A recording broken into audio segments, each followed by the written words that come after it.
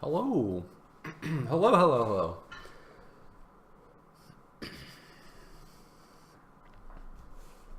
I'm gonna jump right into actually leagues today. I think I can run a single league here before the holidays get all under away. We'll be running the typical, the one, the only Pyro prison. Nothing's changed in the deck so far, although Chandra is slowly making a case to be removed. And we bring in something else. That being said, though, we're going to run this. We're going to jump right into it because I don't have a whole lot of time. But I think we have enough time for a friendly modern league. And I believe we have enough play points. And we do.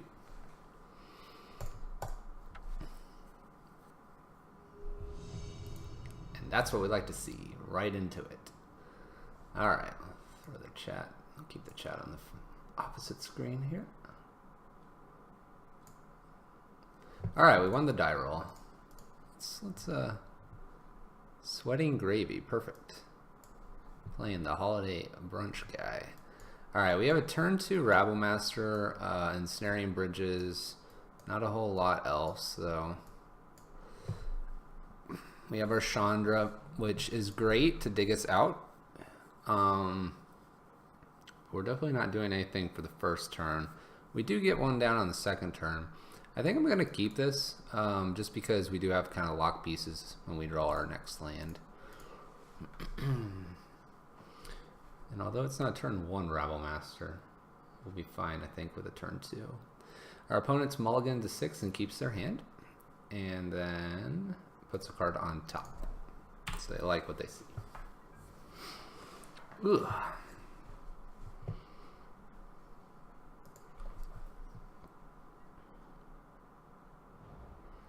Eldrazi. Alright. Now we don't feel quite good about our Rabble Master. We really could use Blood Moon. Alright. We're gonna go ahead and jam Rabble Master. That was our plan. We don't know what kind of Eldrazi. I'm assuming it's the little Eldrazi, little Eldrazi, little Tron. Meaning they've got like Thought Knot and Reality Smasher and the likes of that. But if they got to get to that extra mana, it'll take them just a moment.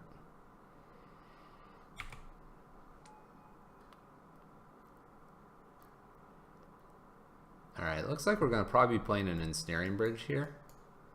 If we draw a Pyretic, Desperate, or Simian Spirit Guide, we'll jam Chandra and then get in for a lot of damage here. Alright, so here we can, so really quick, although we ping, there's a relevant text for Rabble Master here, and this is why I like the Chandra over other options. It helps us with our aggro plan here. So that creature can't block this turn. That's kind of the key text here. That creature can't block. And so we're going to go ahead and jam this out and get in for a lot of damage. If our opponent doesn't really have much to do next turn, we actually could just end up stealing this game away. Mainly because a couple hits with Rabble Master can be quite a lot of damage here. Alright, so without Chandra here, you wouldn't be attacking with Rabble Master. But since we do, we actually get an extra 4 points of damage in this turn. Plus the one from Chandra.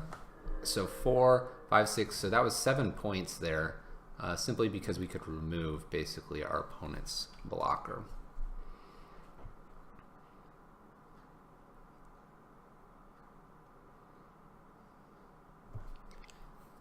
So I assume our opponent's going to play a creature here. We're safe from actually Thought Knot Seer here. And we might be transitioning into a bit of the longer game. And that's what it looks like we're doing. So we're not going to get it through anymore at this point because it just won't happen here. What we can do though is start digging with Chandra and get an ensnaring bridge out, and that way we can just hide. Our opponent doesn't hit our Chandra, which I think is incorrect here.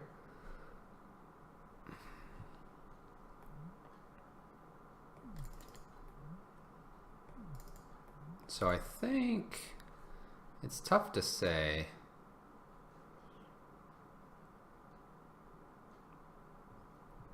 Because we can get in some points of damage here. I think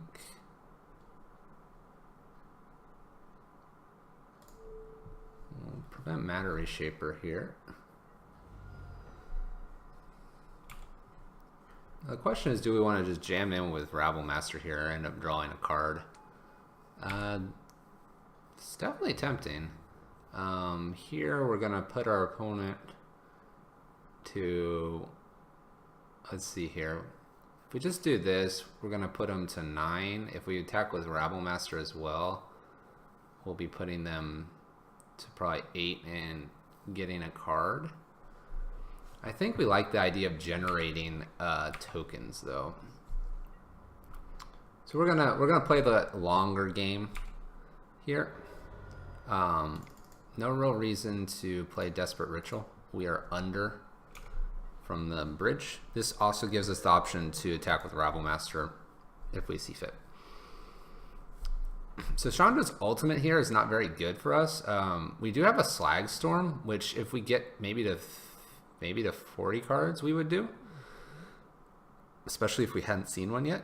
So we would have the option to basically just punch our opponent in the face. Depending on what we start seeing from our opponent, we may attempt that ultimate, but otherwise we're just going to ping. So we're at not necessarily 9 turn clock. Well, we're not anymore. So we can still go slightly wide on them. Okay, so we get a land.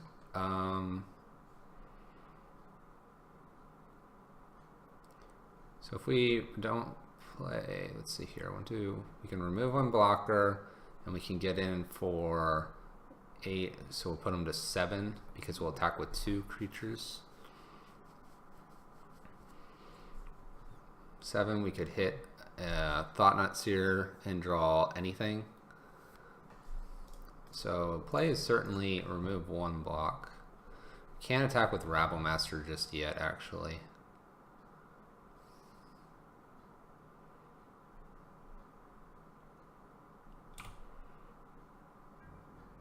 I think we go ahead and force the goblins to attack. We get an extra point of damage in here.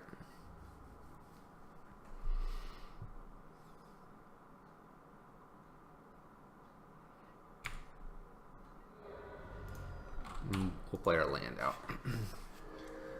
So we're at the sweet 4 mana. We can basically do anything in terms of what we draw.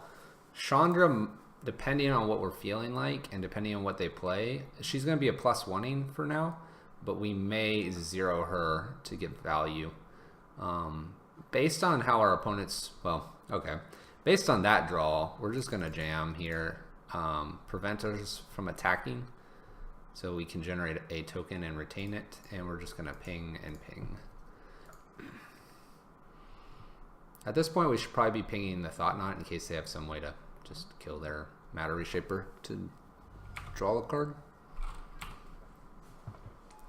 I think we're in pretty good shape here, though. So this matchup's kind of interesting because they can get creatures out pretty quickly, so we're probably going to be more of the controlling matchup, even though our Anger and our Sweltering, not Sweltering, our Slag Storms are not very good here. We've also missed an activation on Koth, which is a mistake. Hopefully it doesn't bite us. Alright, Chalice.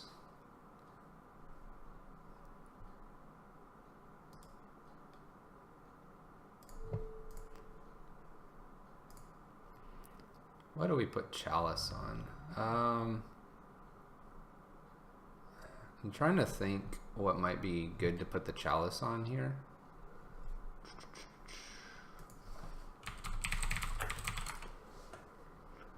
I don't know if they run Oblivion Stone main board.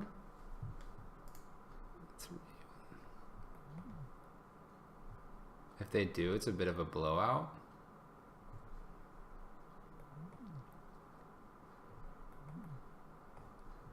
So, yeah, that's tough. We can get Chalice to 3 if we wanted to. I just don't foresee it being an issue. But I think Oblivion Stone is one of their things that they can do. There's also All Is Dust, but I think All Is Dust is too high of mana. I think it's like 6 or 7 or something. So we're going to actually play very defensive here, because I think the only way they get out of this is like an Oblivion Stone. So we'll go ahead and play out Chalice on 3. Chalice on 3 kind of hoses us as well. But I think their only out is like an Oblivion Stone here. And that gets rid of these pieces. And then maybe find something else. Our opponent's asking us why 3.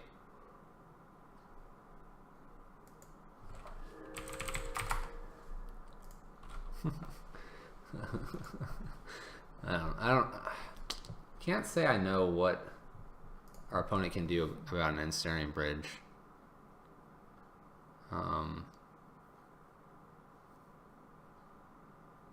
Maybe it's the incorrect play. Who knows? So we have a Slagstorm and a Braids. Our opponent's informing us.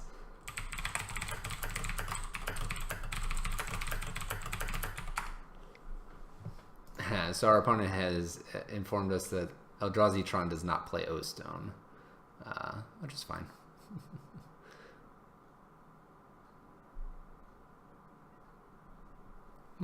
Walking Ballista on 2 is pretty A-okay here.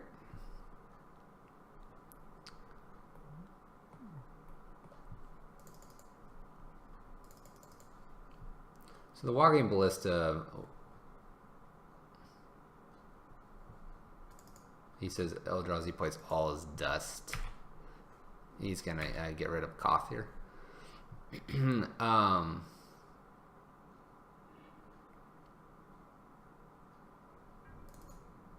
2, 3, 4, 5. So see what we draw.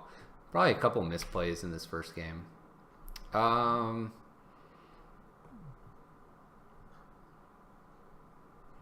So you can bring this up again. We're gonna just ping this and ping off the Walking Ballista, because the Walking Ballista can get kind of out of hand.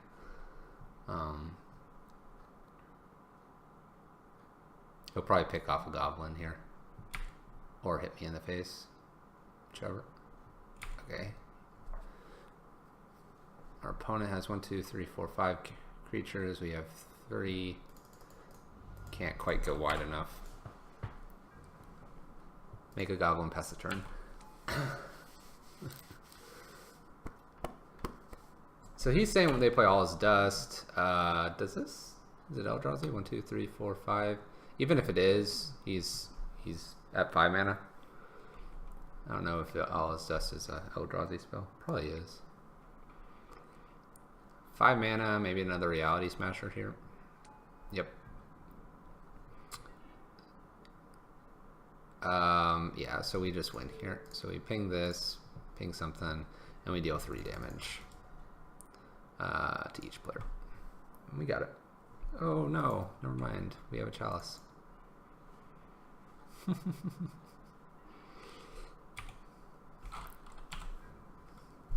We forget about our Chalice more times than I care to admit.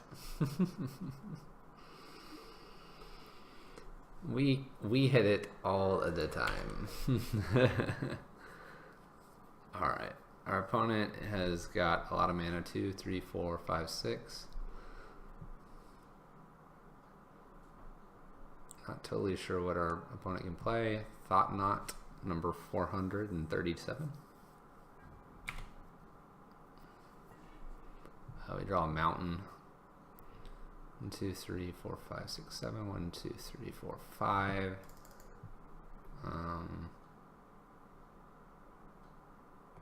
Exile the top 10.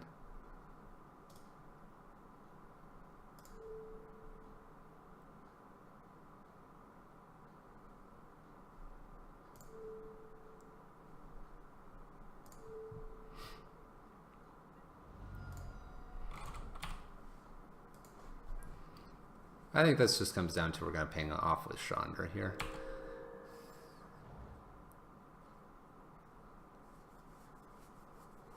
All right.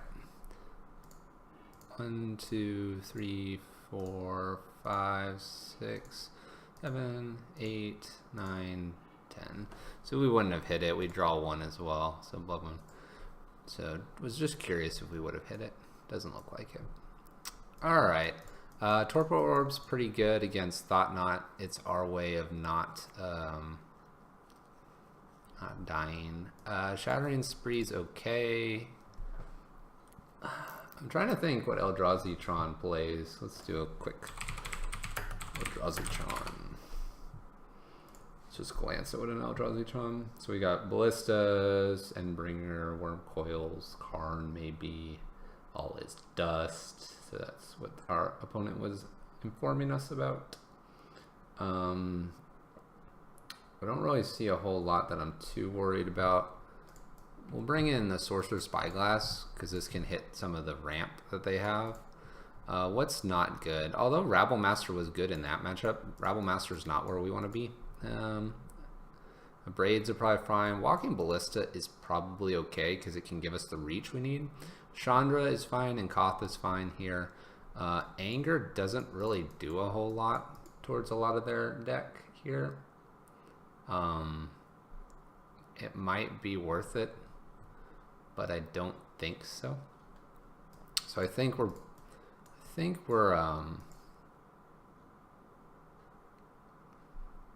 I want to say we're thinking Sorcerers, Shattering Spree, and Torpor Orb. Goblin Rabble Master out, and probably a Slag Storm is what I'm thinking. Hazoret's not good without taking the bridge out. Nothing in the graveyard. A Spellskite could protect some stuff, but I think most of their sweepers are going to be Ratchet Bomb, not engineered, All's Dust, and things like that. They don't have islands. Eidolon's not very good because most of their stuff is 4 mana probably, versus a couple Matter Reshapers. So I think we're going to run this back and see where it takes us. I definitely think we're more the control matchup. Here, this is probably okay. A Sorcerer Spyglass on 2 will show us whether we need a Jam and Ensnaring Bridge or a Magus of the Moon. It's a little soft to our Thought Knot Seer buddy over there, which is a very, very possibility, but I think this is keepable. Our opponent kept 7 this turn. Shattering Spree is a pretty good draw in the event that we get some expedition maps or other things to pick off. Our opponent is just jamming towards infinity here. We're going to go ahead and take a look at what they got in hand. Just in case they've got like Karn. I don't know if Eldrazi-tron runs Karn, but when you're running the big boys, I don't see why not. So they have Natural Tron. Again, counter a spell. Okay. So leave this open. I think we just name Karn for now. I think some lists play it, and why not? They're probably playing Worm Coral. We saw like in a list an Endbringer is an option as well. So I think what we got here is fine. They do have a Waste in hand. There's the power plant.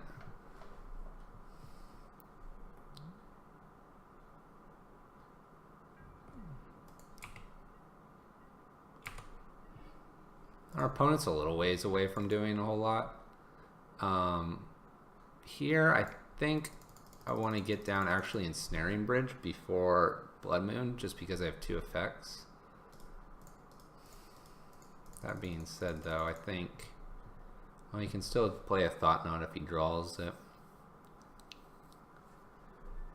We're going to go ahead and Ensnaring Bridge. I think it's slightly safer. If our opponent were to draw Thought Knot and if we played Blood Moon here, they could take our bridge, and then we're looking desperately for an answer.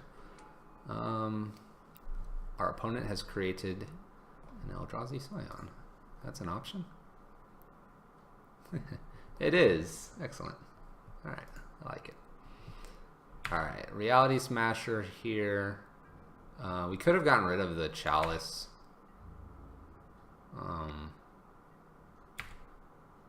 Would have put us under for a Reality Smasher. I don't think we're going to be punished too bad here. So if we do this, play 3, we're going to get a Blood Moon out.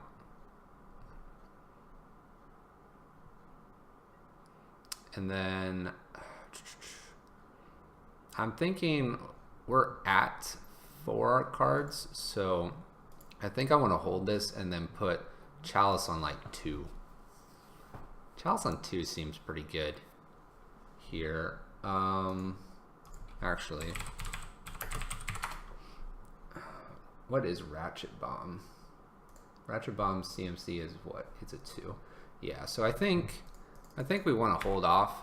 We can Shattering Spree if they play a Ratchet Bomb, and then I think we want to play Chalice of the Void on 2 to prevent us from getting Ratchet Bombed out. I forget if they played the Urza's Tower. I'll go with they did.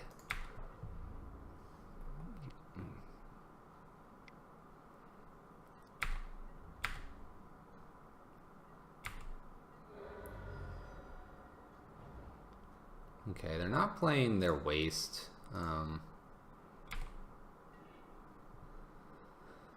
Alright. All's Dust is an option here. It's not going to do a whole lot, though, that I'm too worried about. So we'll go ahead and Chalice on 2 here. That was our plan. It turns off our next Sorcerer's Spyglass, but I really think we only need the 1. Now we just need really a win con at this point. We also need to get empty-handed. We're not getting there just yet. Shattering Spree's a little awkward, but we can put a Chalice on 0 and Shattering Spree if we need to get empty-handed. Alright, our opponent has a Waste and a Seagate Wreckage that they're failing to play. I'm guessing they just want to hold on to it, which is fine.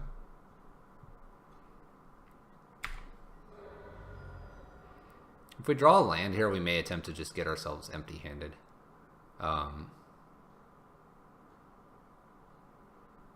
Because we can play Magus, Chalice on 0, and Shattering Spree.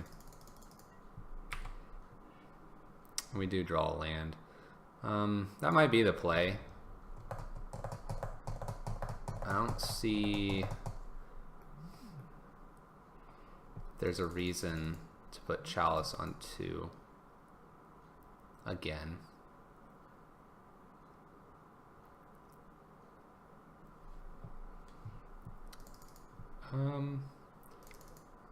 So I think we'll go with our plan to get empty-handed. It's a bit goofy.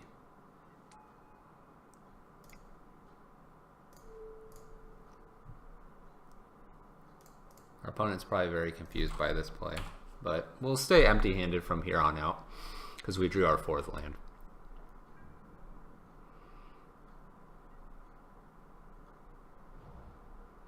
Our opponent plays their Waste. They have a Seagate Wreckage in hand. 7 mana, All's Dust. Okay.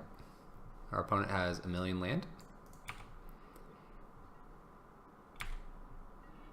But can't attack still.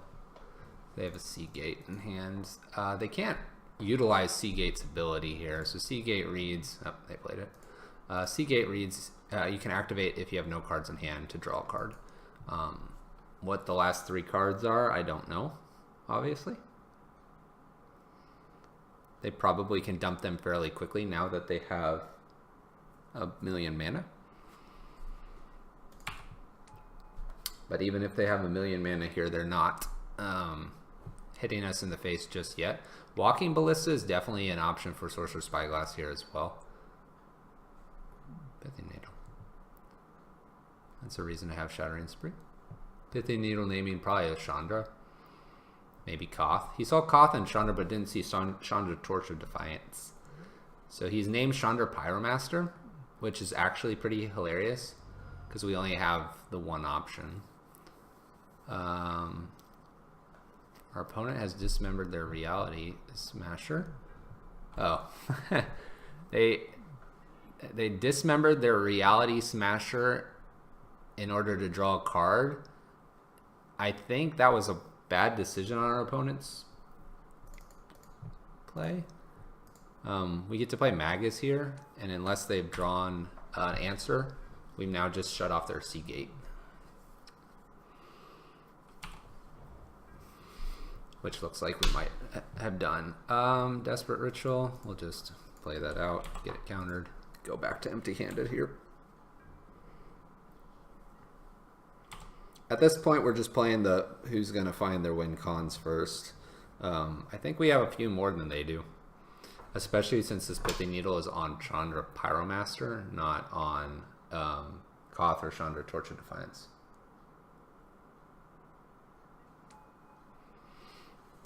Walking Ballista could be a problem here.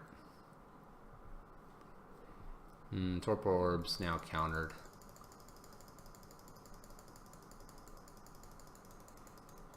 Let's see here. They're going to hit us for 5, 3, 6, 9, 10, 11, 12, 13, 14, 15, 16, 17, 18. So 16. 4 more. They can really hurt us. We're going to hold Torpor Orb. I don't necessarily think I want them to see it.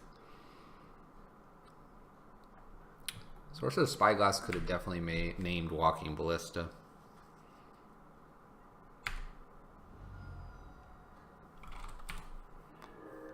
Okay. In a weird way, our opponent can tick this down, hit us for 2, 4, and then pump it up a whole bunch. So we have 1 draw here. Chalice on 2 is probably a bad decision at this point. I don't know where we'd want Chalice though. Maybe we don't want Chalice at all in this matchup. We get to draw a card. They don't attack because they think we're empty-handed. We'll play the other Ensnaring Bridge here, and we'll pass the turn. They can just pump Walking Ballista a bunch here, and so maybe this was incorrectly labeled.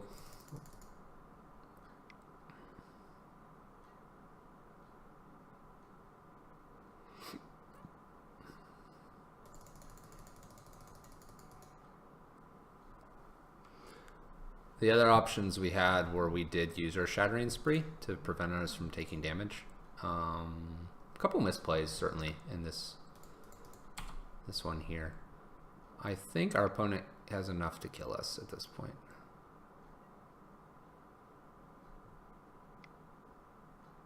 Nine, 10, 11, 12. I'll just make sure he gets to 12 and we'll concede.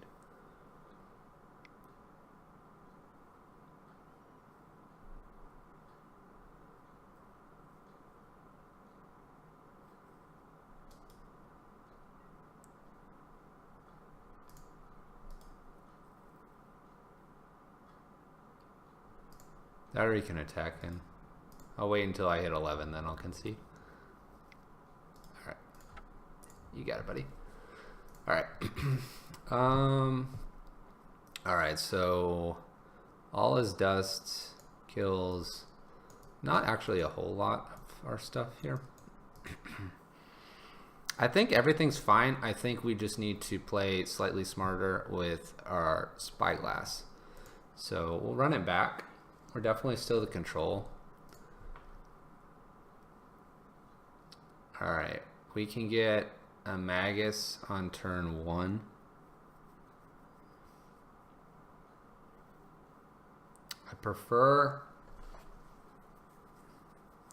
I think I'd prefer Ensnaring Bridge, because they can use an Expedition map to get a waste. We can abrade the Expedition map though. So I think we're going to keep this on the hope that they are on no wastes in hand, and they're out to the Magus here is using an Expedition map, which we will promptly kill. And then we will hope to dodge a Dismember. A couple things we got to dodge, but that's the line that we're going to play here. So there's the Expedition map, and we're going to blow that up so they can't get what they need here. And we're going to just start hitting face. And it's a bit of a slow clock, but it could be all we need.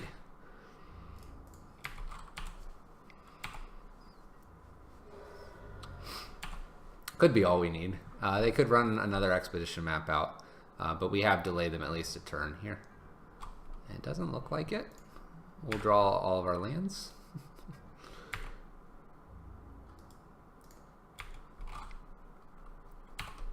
Hey there, RK. So you've been running a variant of this deck. There's definitely a couple versions out there for sure. This one's called Pyro Prison. There's Free Win Red, Scred Red, so on and so forth. A lot of variations for sure. Torpor Orb's probably fine here. Play our land and attack in again. What is Koth your win condition? Koth is usually the win condition, but okay. Here's our Chalice again. We can place Chalice on 1, 2.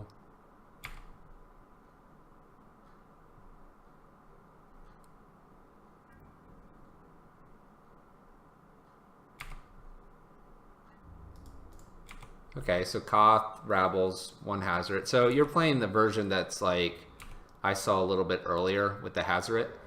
We have Hazoret in the sideboard, not the main board, mainly because of Ensnaring Bridge.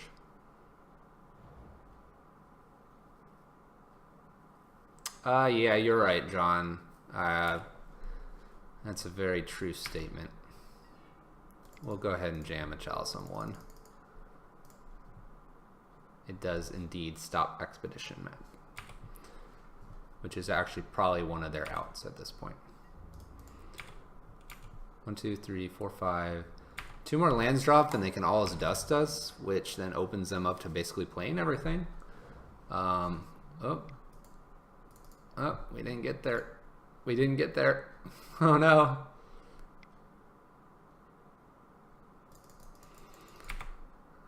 Uh-oh.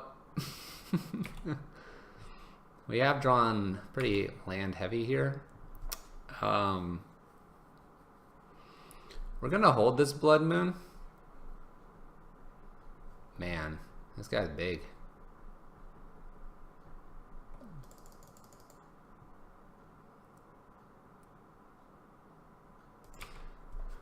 Okay. Our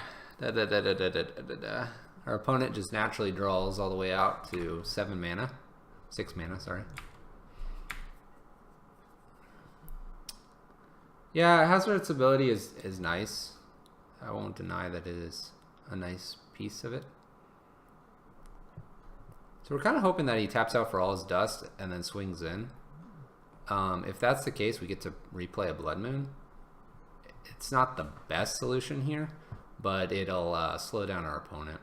The other option is they just start playing like Reality Smashers or Thought Knots. Without a bridge here, we're in a lot of trouble.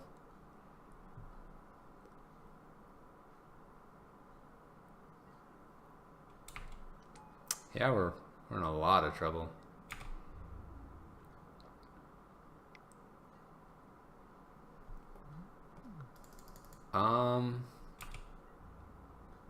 I think, wow.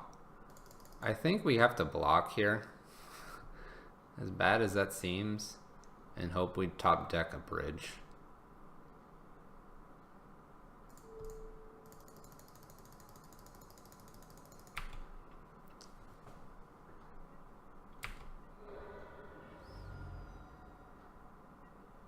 Bridge?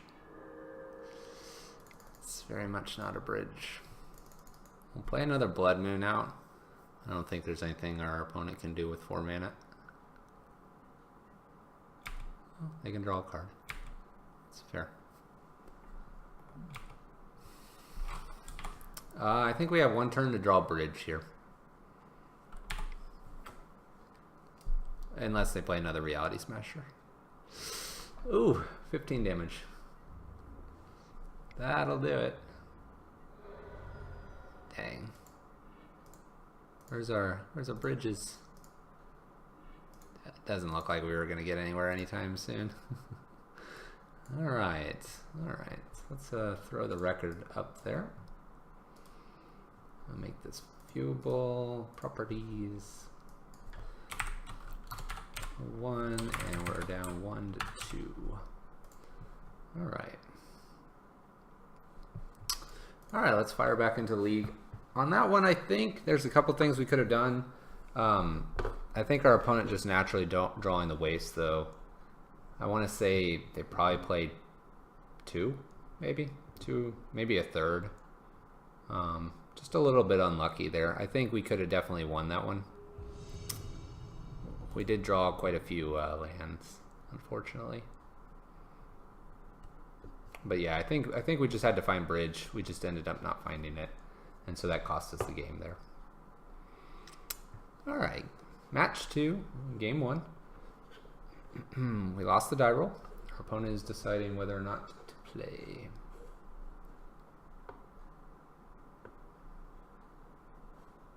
Regarding the Hazoret comment, there's been a lot of discussions in the MTG Salvation forums about the deck. Alright, we can get a turn 2 Blood Moon. Is that good enough? It's redundant too, just in case we get Thought Seized. I think we try this. This is kind of slow though. Our opponent has mulled to 6.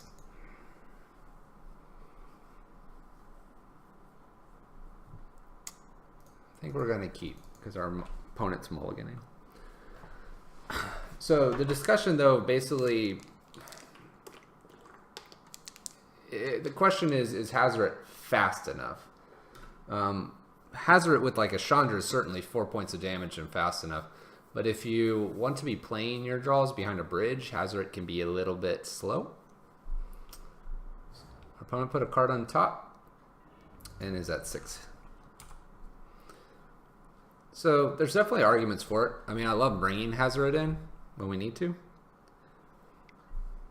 Our opponent has fetched a basic island.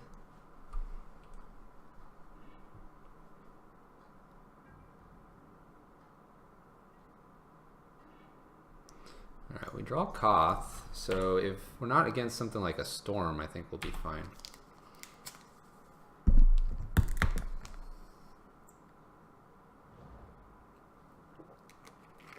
It's a Misty. Hopefully this isn't that Teamer Moon deck.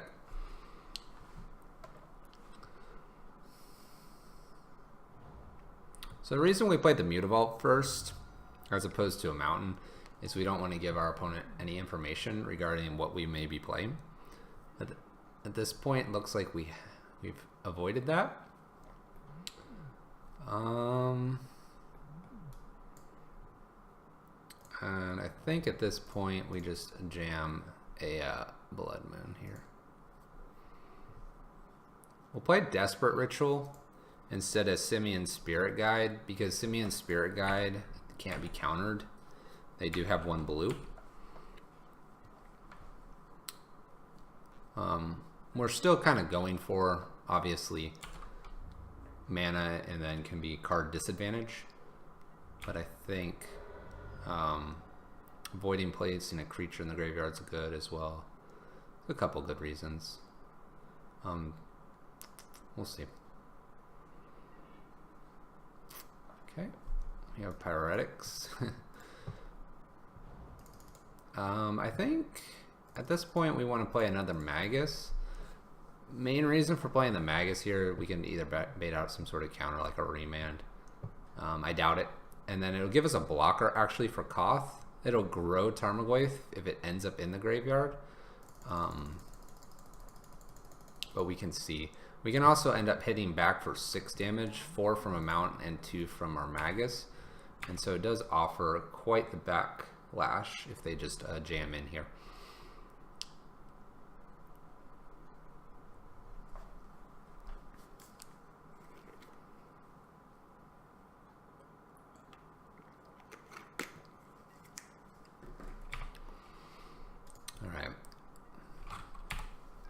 I'm not convinced just yet that this is the Temur Moon deck that we see. Definitely could be though. Our opponent attacks in and has missed their land drop now. At this point, it might be worth it just to swing. If it's a Snapcaster Mage though, that could be bad.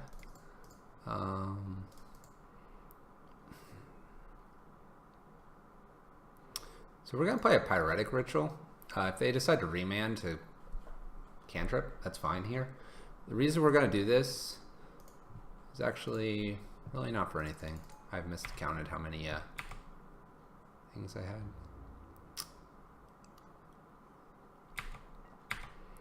I'm going to go ahead and hold off here.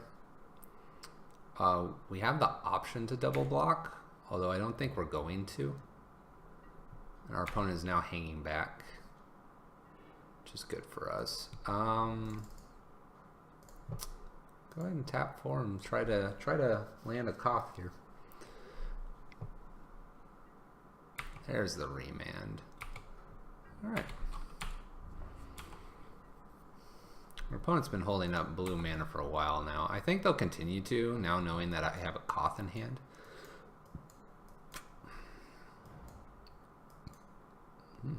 Green mana. You can tap out for a tireless tracker.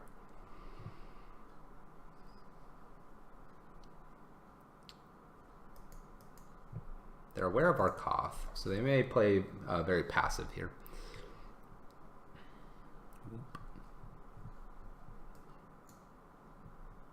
3 mana. Engineered explosives.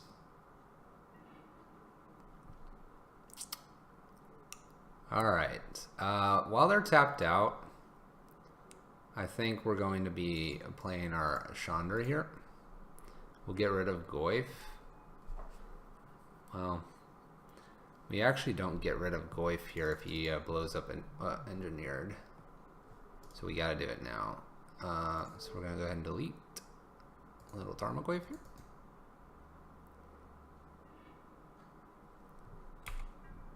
We definitely could have played double Planeswalker, but that means we're at -2 for our Koth. I much rather just play the 1 for now. If our opponent wants to spend 2 mana next turn, getting rid of our our board, that's fine. And if we had -2, then we'd have the Planeswalker out. That's a reason to have played it.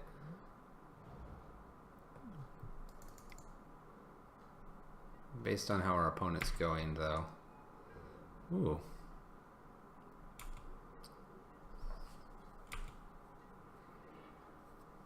Ensnaring Bridge is pretty sweet here.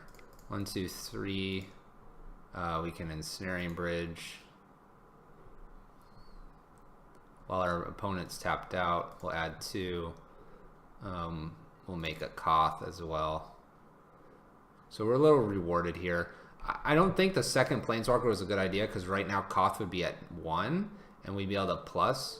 And we'd be at 2 with Koth instead of 4.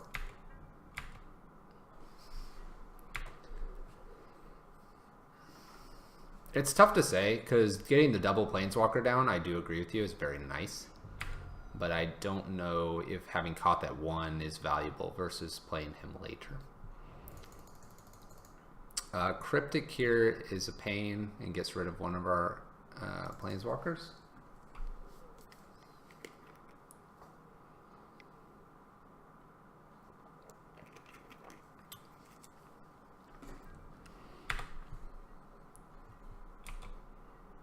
Okay. Our opponent has chosen not to. Cryptic, we're going to exile.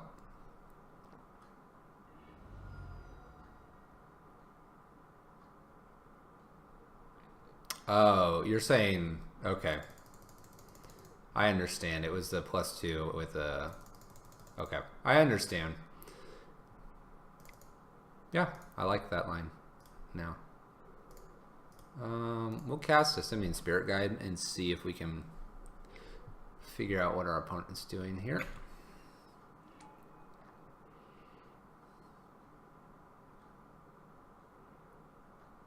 Our opponent's just going to remand this.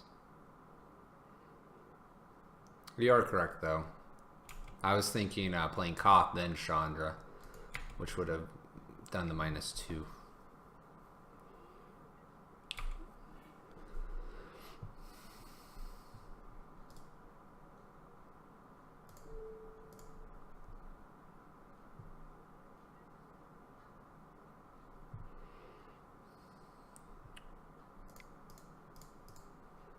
Go ahead and run out our Simian Spirit Guide again. This has been used. This has been used. So we have a blocker. Not traverse. What's one green? Oh, opt. Okay.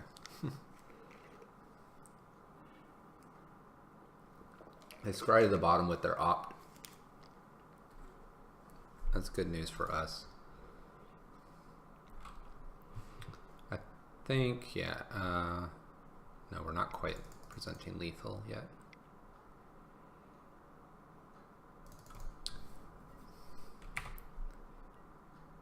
So if it comes to our turn here and we get to our main phase, the very first thing we do is ultimate. If you play something or anything else, you can risk losing the ultimate there. We've made our buddy over there fairly large. We'll exile, hoping to do 2. We will. Play our 6. Nothing can attack. Because we don't have a Blood Moon out, we don't have actual lethal here. But with the emblem out, we'll just 5 our opponent and then 1. We'd probably have this a turn earlier, going by what RK said, having Koth out slightly earlier. But we got there. Alright, this matchup's kind of interesting because this looks like the Temur Moon deck. So it has Huntmasters, Tarmogoyfs, Tireless Trackers, a bunch of Engineered Explosives, so on and so forth. So Shattering Spree is probably okay here. Torpor Orb doesn't do much. Spellskite protects. Sorcerer's Spyglass. I don't think there's really much to hit in their deck. Grafdigger's Cages are okay. So if we can find spots for them, we will put them in. So we kind of have the maybes and yeses. Eidolon's pretty okay if we decide to go more that aggressive package, but I don't think we can here, but we'll consider it. Hazard would go in with those as well. Boil is excellent here, and Anger the Gods is alright. Considering there's Huntmasters and other things, we may bring in Angers instead of Slag Storms. What's not very good? Walking Ballista doesn't appear to be very good in this matchup. Blood Moon is actually not very good. Rabble Master is not very good either. And then we have our Slag Storms here. I think I definitely want Boil, Shattering Spree, and Spellskite. I think these 4 are important. we'll go down the 2 Maguses and the Rabble Masters. We're going to bring in the Spellskite, Shattering Spree, Boil, and we have room for 2 more. I think might just split the difference and do 1 Grafdigger and 1 Anger. Grafdigger is not the best. Actually might just be more correct to do 2 Angers. I say 2 Angers just because with Huntmaster flipping, we want to get rid of it. That's a win condition when we get our bridge down. Is Walking Ballista any good here? I'll take out a Blood Moon for a Hazoret. I actually think I'll just take 3 more Blood Moons out, Rabble Master. And if we draw the Ensnaring Bridge, we do. Otherwise, we get them with an aggro package. Chalice. I'll take 2 Chalice out and put 2 Eidolons in. This is the weirdest sideboard I've ever done for this deck. And we'll just see which half of the deck we grab here. Maybe they've taken out some removal because they didn't see too many creatures. We're unlikely to go wide against this opponent. But with a start like this, it might be there might be something there with going wide. All right, we're going to keep. Our opponent has also kept. Consider they cantrip a lot. Eidolon actually seems reasonable here, and we can get kind of a quicker Chandra out. So we're going to go for it. We'll see how this plays out. It's very different with the sideboard this time.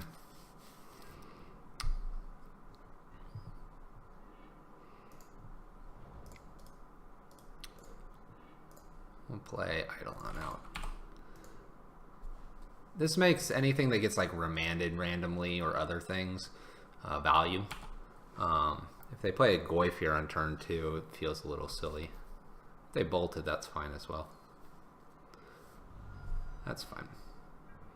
They take their turn to bolt us. That's a-okay. We'll play just a Walking Ballista on 1.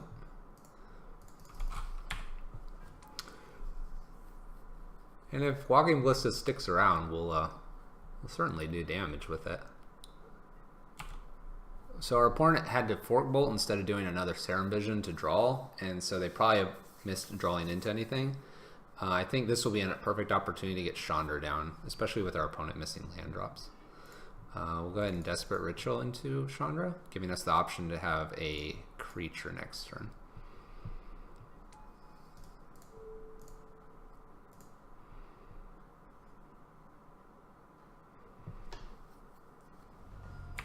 It's certainly better to have the other Chandra in this case, but we have 5 Chandras, and we have to keep that in mind. I've had a few people say, I'd rather have a Chandra Torch of Defiance here. I have 4 of them in the deck. We're just happening to draw this Chandra.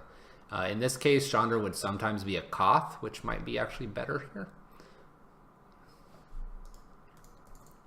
But if we need to dig...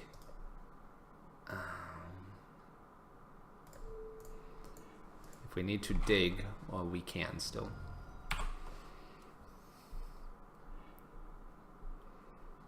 We probably won't dig next turn just because we can play a Simian Spirit Guide. Our opponent's missing green. It's kind of awkward. But I think we'll go ahead and cast. We haven't found a Ensnaring Bridge, and so I feel like casting gives us presence on the board, and actually doing damage to our opponent I feel is much better, especially with them missing land drops 3 and 4.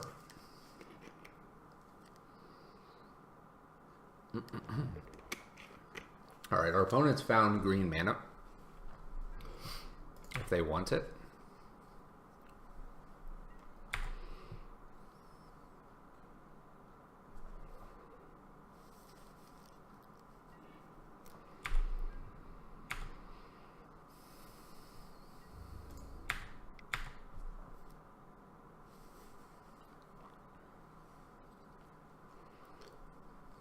Depending on what they do here, if they like Snapcaster Oh, they bolt it. We have the option to ping again, or to zero and start finding another answer here. Because they have 2 mana floating, I think, or 2, not floating, but they have 2 mana. I think we're just gonna cast a Spirit Guide here and see if this gets remanded.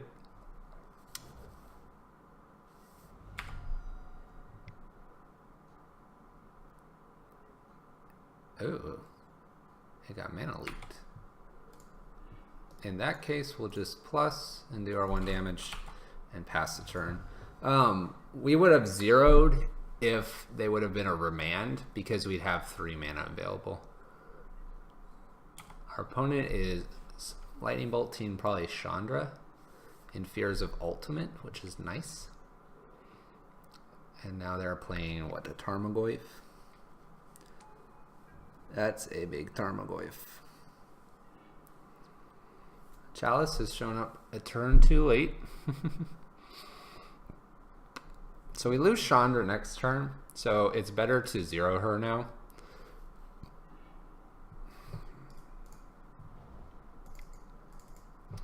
We'll go ahead and Chalice on 2.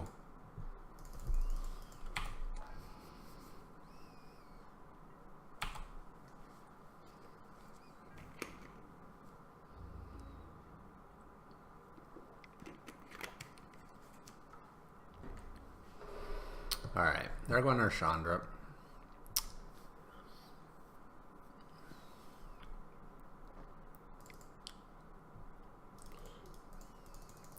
So our opponent could have a mana leak. They can't play. So that we can get Chandra down here. Chandra's going to do 2 damage and then do nothing else other than a fog against this Tarmogoyf, which may be all we need right now. I don't think there's a real benefit to holding it in hand, unfortunately.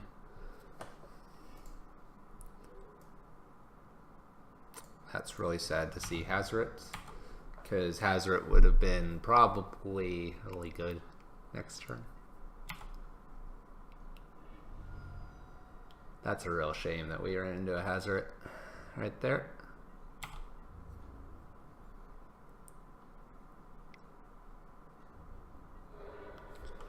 Alright, Chandra's off the table. Eidolon is cool with our Chalice on 2. It's really cool. Okay, we'll just have to pass the turn.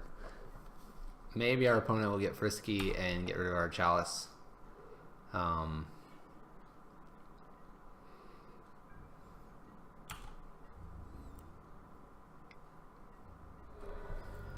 have a feeling they're just gonna bash our face in here. Let's see here. Walking Ballista can buy us a turn.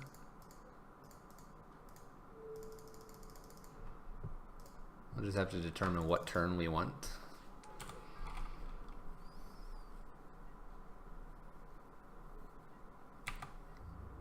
So the reason we put Chalice on 2 instead of 1 is because we don't want any more Tarmogoyfs or other creatures. But we probably want to be putting it on 1 in the future.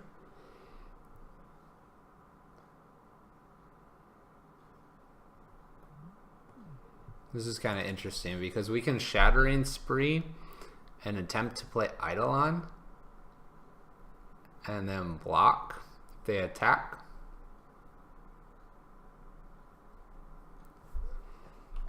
This is a weird line. So we can play, like I said, Chalice. If they got like Snapcast or Bolt, then we lose. So we probably don't want to be doing that. Actually, we can swing in here. I think we can swing in and kill them if they don't do anything.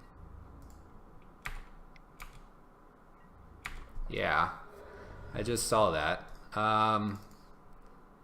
So we have to remove.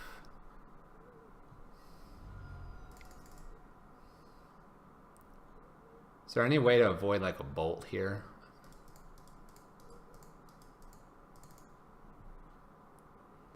So we do 2, 3, 4. No, you just have to pump it. and hope they don't have a bolt. Well, this is interesting. Well then. Broken pots, you are correct. They were dead on board. And I did not even see that initially. Alright, our opponent had 4. They share. That's a little unfortunate. So our Chalice on 2 was the correct play, preventing a Snapcaster, which would have been Snapcaster Bolt, Mana Leak certainly for our Walking Ballista, the Tarmogoyf, Jace. We don't know when they had these. It's just a little unlucky that our opponent missed so many land drops. So I'll chalk that up to a little luck on our side, but I'll take a little bit of luck. Dead on board. That's the name of your podcast. So if it's the name of your podcast, I take it that you're very good at seeing when our opponents are dead on board. No, that was a great call. Great call. All right, that brings us up to 1-1 in this league, and 3-2 in our overall games. It's not too bad. I don't know if I would have boarded that way, but Temur Moon is just a weird deck for us to run into. The big things are, hey, Broken Pots, thanks for the follow. I do appreciate it. I don't know. It's kind of a weird setup because they're prepared to do Moon, Blood Moon, but at the same time they use like fetches to get themselves ready for Blood Moon. No, because you're always dead on board. All right, we win the roll here. We're gonna play first. We have options all on turn 2. Turn 1 would be better, but I think Magus is a little soft. I think we're going to keep this against an unknown opponent, and based on their first land, we will either be running out a Rabble Master turn 1, a Magus on turn 2. Ooh. Ooh.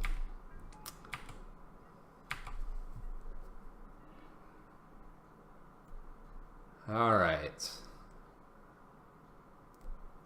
So if we run out a Rabble Master on this turn, we risk shutting off. We don't risk not shutting off their lands. If this is the small Eldrazi, by playing the Magus out, they'll get a waste. I don't know if we can avoid that.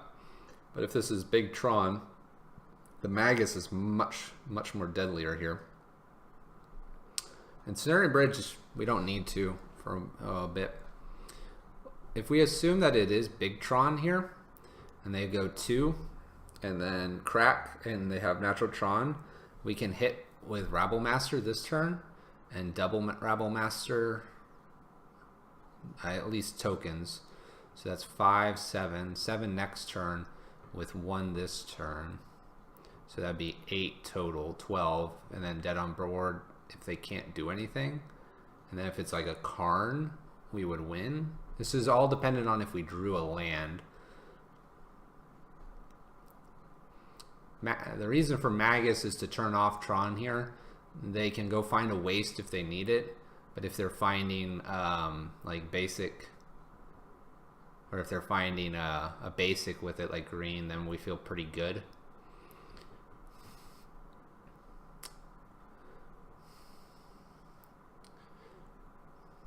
So I think we're gonna go, I want to be the aggressor. It's hard to with 2 Ensnaring Bridges coming up though.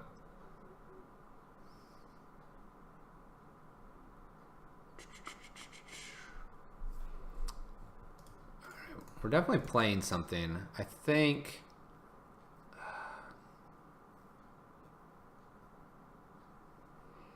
yeah, that's what I'm thinking, Broken Pots. I think if it's Big Tron, then Magus buys us a lot more time. If it's the little E-Tron stuff, it doesn't buy us as much, but when we can quickly get into Ensnaring Bridges and Goblin Rabble Masters to block. So we'll do the Magus here and hope that we're playing against Big Tron.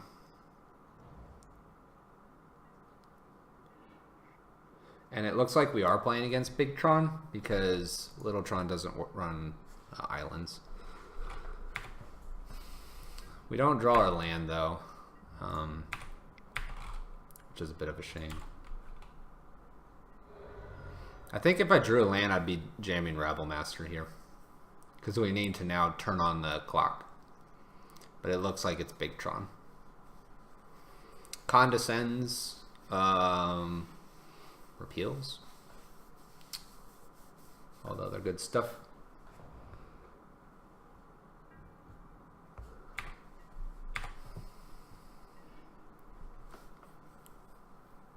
Okay, so we have the one turn land again. We have the option to run in a Blood Moon to really secure ourselves. That gives our opponent more time to draw though, so I think we're going to go ahead and exile and jam a Rabble Master. And if we run into like a Condescend or something, then we run into one.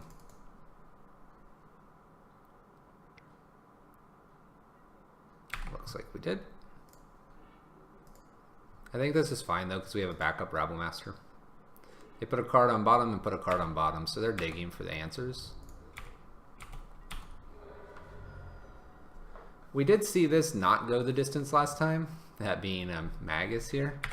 Come on, land. There we go.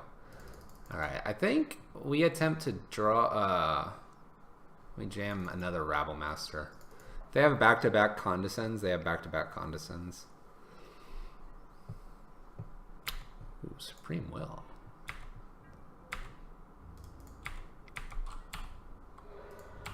So our opponent's heavy on the counters. We need to just be mindful of that in our next game. We will force our opponent to have 3 counters. Our opponent is now drawing for counters. And our Rabble Master sticks. So our opponent's seen their Mindslaver version. Our opponent has seen multiple creatures this game with no real hard block pieces here. Worm Coil. Worm Coil is a bit awkward because we have goblins that will be forced to attack here.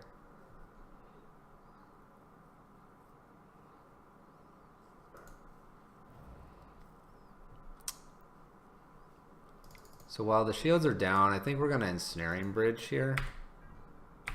Unfortunately, we're going to gain our opponent like 6 life.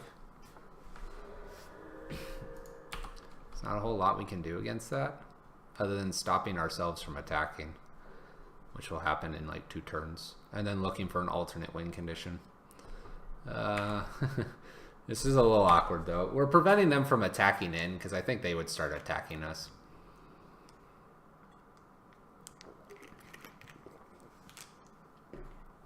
Worm Coil is really awkward though. Alright, I think we jam another Blood Moon. I think another Blood Moon's fine.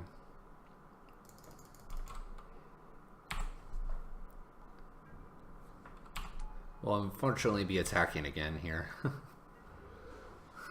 Gaining our opponent 5 life a turn. It's not very good for us. Man, I haven't seen like Blue Tron in a while.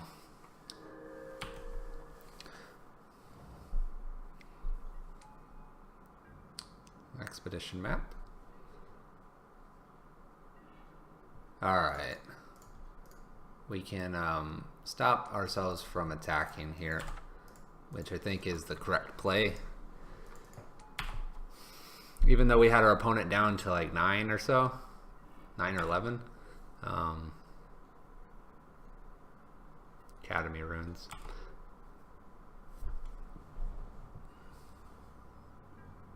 Those mountains are sick. Thank you. They're Odyssey Mountains. One of my favorite mountains. Look really pretty in foil too. Alright, at this point we're going wide, which is a very slow way to kill our opponent. And if we had our other 2 Rabble Masters, we'd be wide in no time. But unfortunately, I think we have to look for one of our other win cons with Koth or Chandra. Chandra Tortured Defiance would be better. Chandra Pyromaster would be okay because we could remove the Worm Coil from combat. But right now we're just playing a pass game.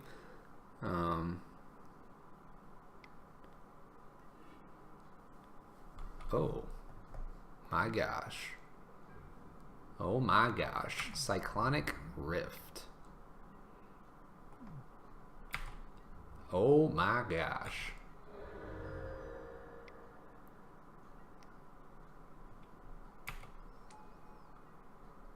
You want them for your 8-whack deck? Odyssey Mountains. If we draw Chandra, do we kill our Rabble? I don't think so because we remain empty-handed. If we get Cyclonic Rifted like we just did, I think we end up just flat out losing here. Man. We can play 2 things here.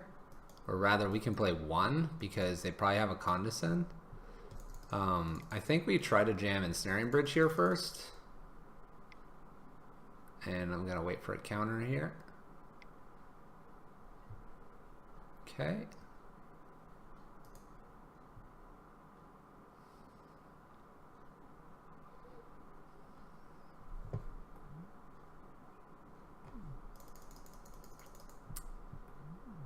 Man. I think we just pay this. Because otherwise we're playing our other one. We have 5 cards in hand. I guess this is weak to them repealing it and then killing us. But I didn't really expect Chandra. Or not, sorry, Cyclonic Rift. There's the repeal.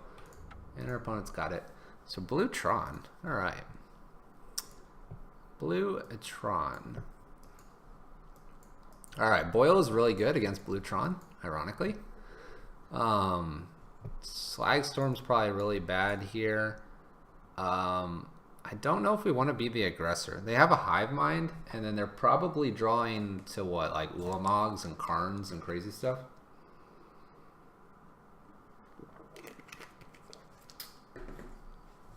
Alright, so we want our Shattering Sprees. Those are good. Chalice is fine on 1. Sorcerer's Spyglass is fine as well. Spellskite is maybe okay for repeal. If they decide to repeal our 2-mana things. Hazoret's okay. Can block the big guys if we need to. Gets exiled though. What's bad? Goblin Rabble Master is probably okay. But maybe not if we have all these options to bring in here. So take out the Slagstorms and Rabble Masters and go up Spyglasses, Shattering Sprees, Hazoret, and Boyle. It feels weird bringing Boyle against Tron, but it's an option. Walking Ballista is okay behind a bridge. I'm trying to think what's like the worst stuff they can do if they were to Hive Mind us, though.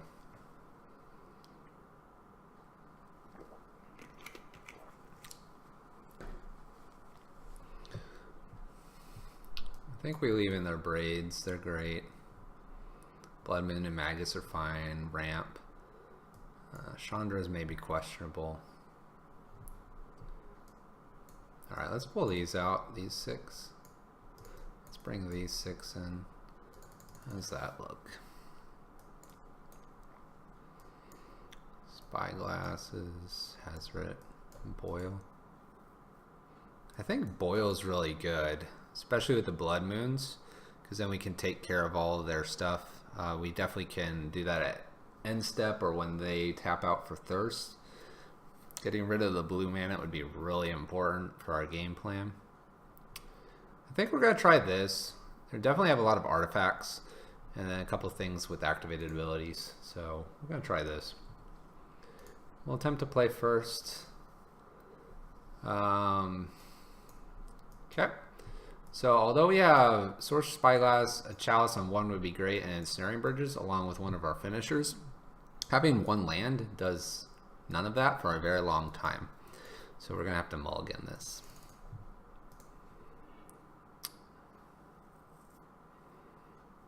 Here's a hand that does a whole lot of nothing as well. Shattering Spree, though, is pretty good. And then we do get a bridge down. So we may go ahead and keep this, even though it doesn't have the Blood Moon, but we can get rid of a expedition map. It also gets us to 4, and then Mutavault can start attacking as well. So we'll go ahead and try this. Our opponent is mulliganing as well, and they're down to 6 at the moment. Chandra's a great top deck, so we'll keep that on top.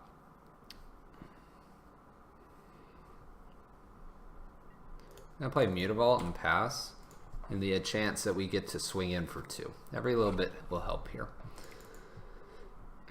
Our opponent plays an expedition map, and so at this point we're going to just Shattering Spree that and hope that they were on that plan to ramp up.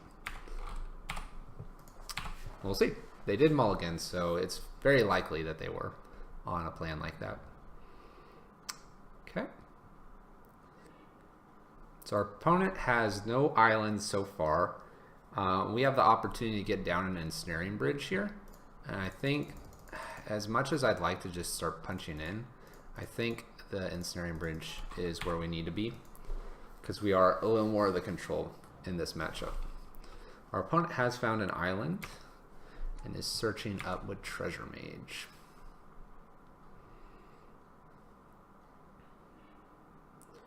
And searches up a Worm Coil. Okay. Although Boil is tempting right now because their island is tapped, if they get a land, they get Worm Coil. I think we want to be trying to get Chandra working for us. So we're going to go ahead and Chandra now. And instead of +2, we're actually going to go ahead and add 2 and get Walking Ballista down here.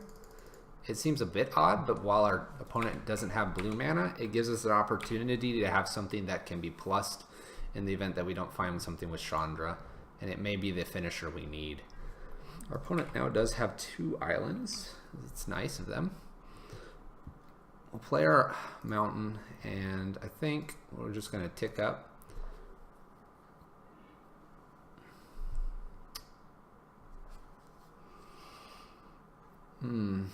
Blood Moon is really good. Blood Moon has caused us to pause.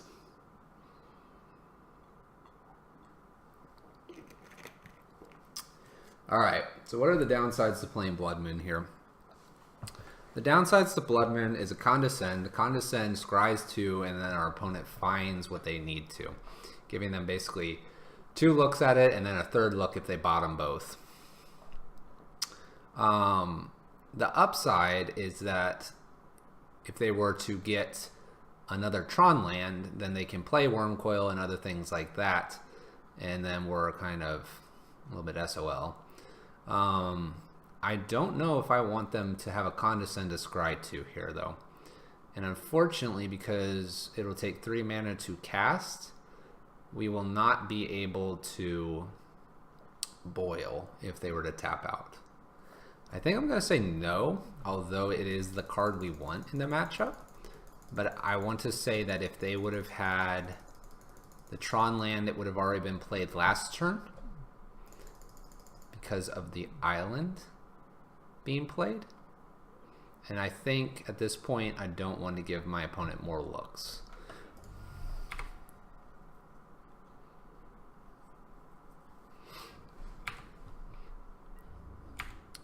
This gives us a chance to pump our Walking Ballista as well. Our opponent is thirsting for knowledge. At this point, we could blow away their islands because I don't think they would have had Dispel in. I think actually we pull the trigger here.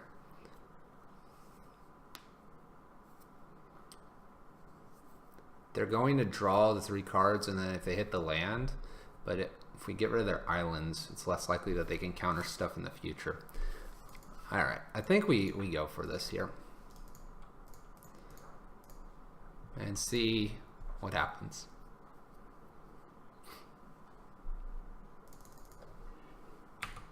Our Boil resolves, so Boil on 2 islands is probably the best we're going to do here.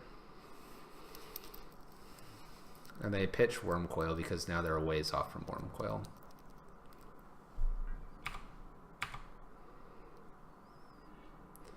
Alright, we find Ensnaring, we'll exile. Gemstone Caverns, we're not going to play. I think we'll play down the second one and we'll pass turn. At this point, we're in really good shape. We'll probably plus Chandra one more time and then ultimate her. Oh.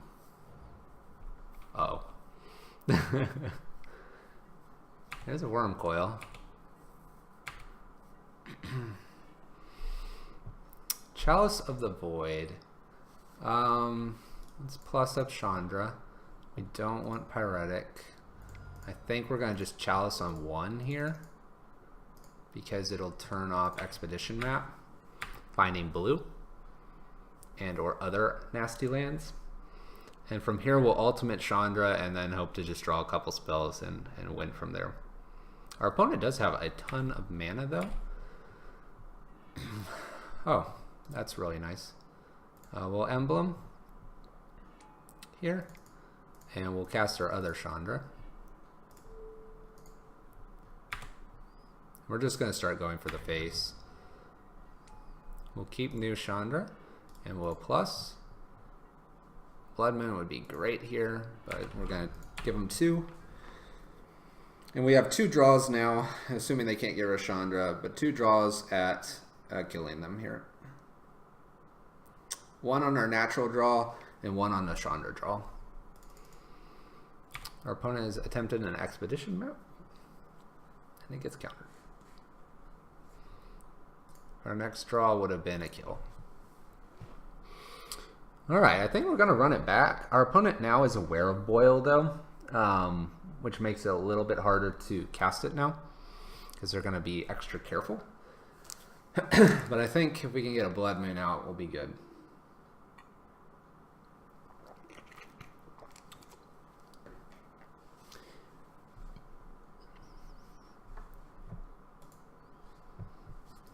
It's tough to say, but I think we just run it back as is. I can't imagine us turning on the aggression because Worm Coil is just such a pain. If they get down a Worm Coil, and even if we're wide, yeah, Rabble Master could do that, kind of kill things and stuff. But even like their Trinket Mage, I think it's Trinket Mage or Treasure Mage, can kill Rabble Master, and then 1/1 Goblin tokens just doesn't do it. And sadly, what's really sad is that a Chandra -3 to do 4 damage plus a Goblin token doesn't do it either when we're trying to attack in. So I think we remain the defense, the control player here. I'm gonna go ahead and submit this back. Definitely want a Blood Moon quickly, and then a way to deal with a Chalice. Sorry, an Expedition Map. What a hand! What a hand! You can kill a Expedition Map. That's about it though. So we're gonna mulligan this. All right. This hand doesn't do a whole lot in terms of like our lock pieces. But it has Boil. Boil's really tempting. We can also turn 1 any 3-drop that we might have, or we can turn 2 Chandra. So I'm gonna keep this. We will bottom our Simian Spirit Guide, and we'll either turn 1 a cool 3-drop, or we'll just turn 1 a Chandra. I think to avoid any blue mana, we just turn 1 Chandra and go to the races here.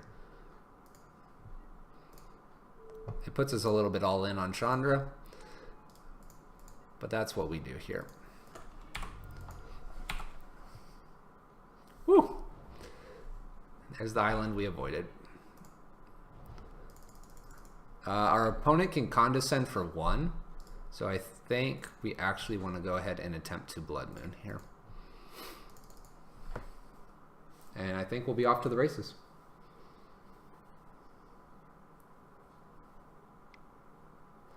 The ritual does that too. I can't say I knew the ritual was there. You are correct.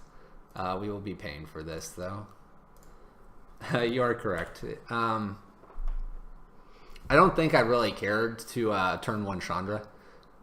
Turn 1 Chandra is really cool, but as you can see, I have 0 cards in hand. If our opponent taps out here, and they do, we're just going to boil. We're just going to boil because that's going to put them very far away from doing anything here. I don't see a reason not to boil here.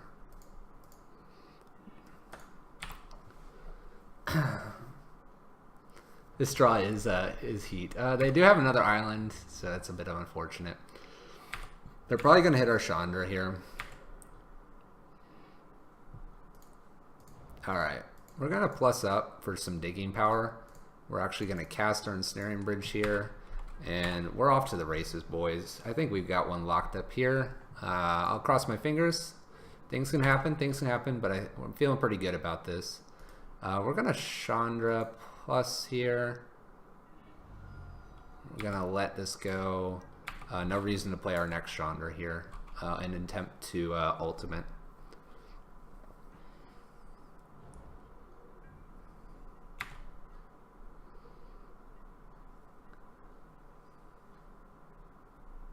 We've been off to the races 3 times so far here. Yeah, we have. So if we play Chandra here, we don't necessarily get her down because a Condescend can kill her or counter her. So I think we're going to plus here and try to keep this Chandra active down here. And we're going to ultimate next turn. We've been off to the races 3 times. I like to be off to the races. Alright, our opponent has found land after land after land, which has been really good for them. We are going to ultimate here, though.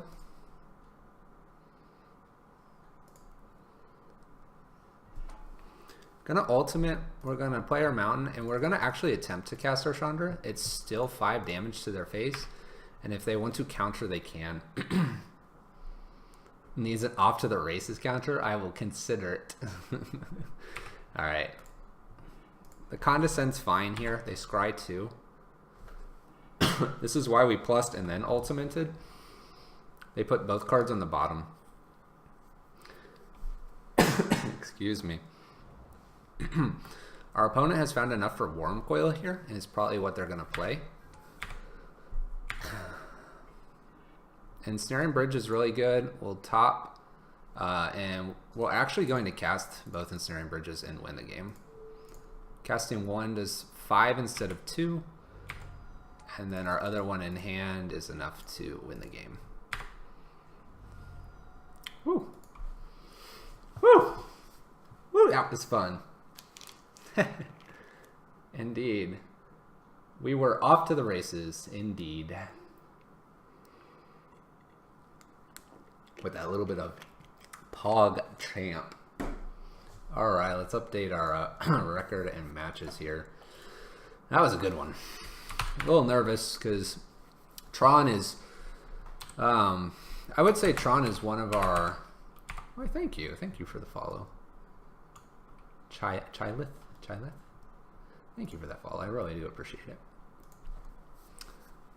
So Tron is one of our worst matchups. The reason Tron is one of the worst matchups is because they can just naturally draw 7, 8 lands and then just start playing like, they can play like Ulamog and get rid of Ensnaring Bridges. They can play Ulamog and get rid of Chandras or lands if we're light on lands. The fact that they can just naturally draw to their lands when we don't have sometimes the fastest clock is important to notice. Thumbs up for you, man. Thumbs up. Yes, this deck can be gas. Can be. Every now and then it kind of falters, but I like it when it is gas.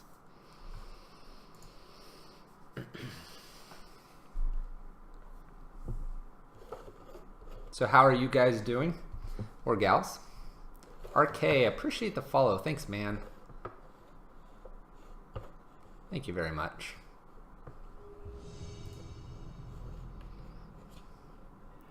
Hopefully everyone has a good evening this evening. We're going to jam 2 more games in this league. We're probably going to call it a night there because we have Christmas tomorrow, and hopefully everyone else is going to have a happy holiday, whether you celebrate Christmas or you celebrate Hanukkah or what are they, Kwanzaa or other things. It's the holiday season, so hopefully everyone's having a good holiday season and is being safe. It is hard to complain about being off work and Christmas Eve. Just buy your modern deck on Moto. What is your modern deck? All right, we are on the draw. We're on the draw. And so we have a Chalice option on 1 or a Blood Moon on turn 1 as well. So we're going to keep this and we're going to pitch. I think Blood Moon has a little more upside than Chalice. So we're going to pitch one of our Blood Moons to Gemstones here.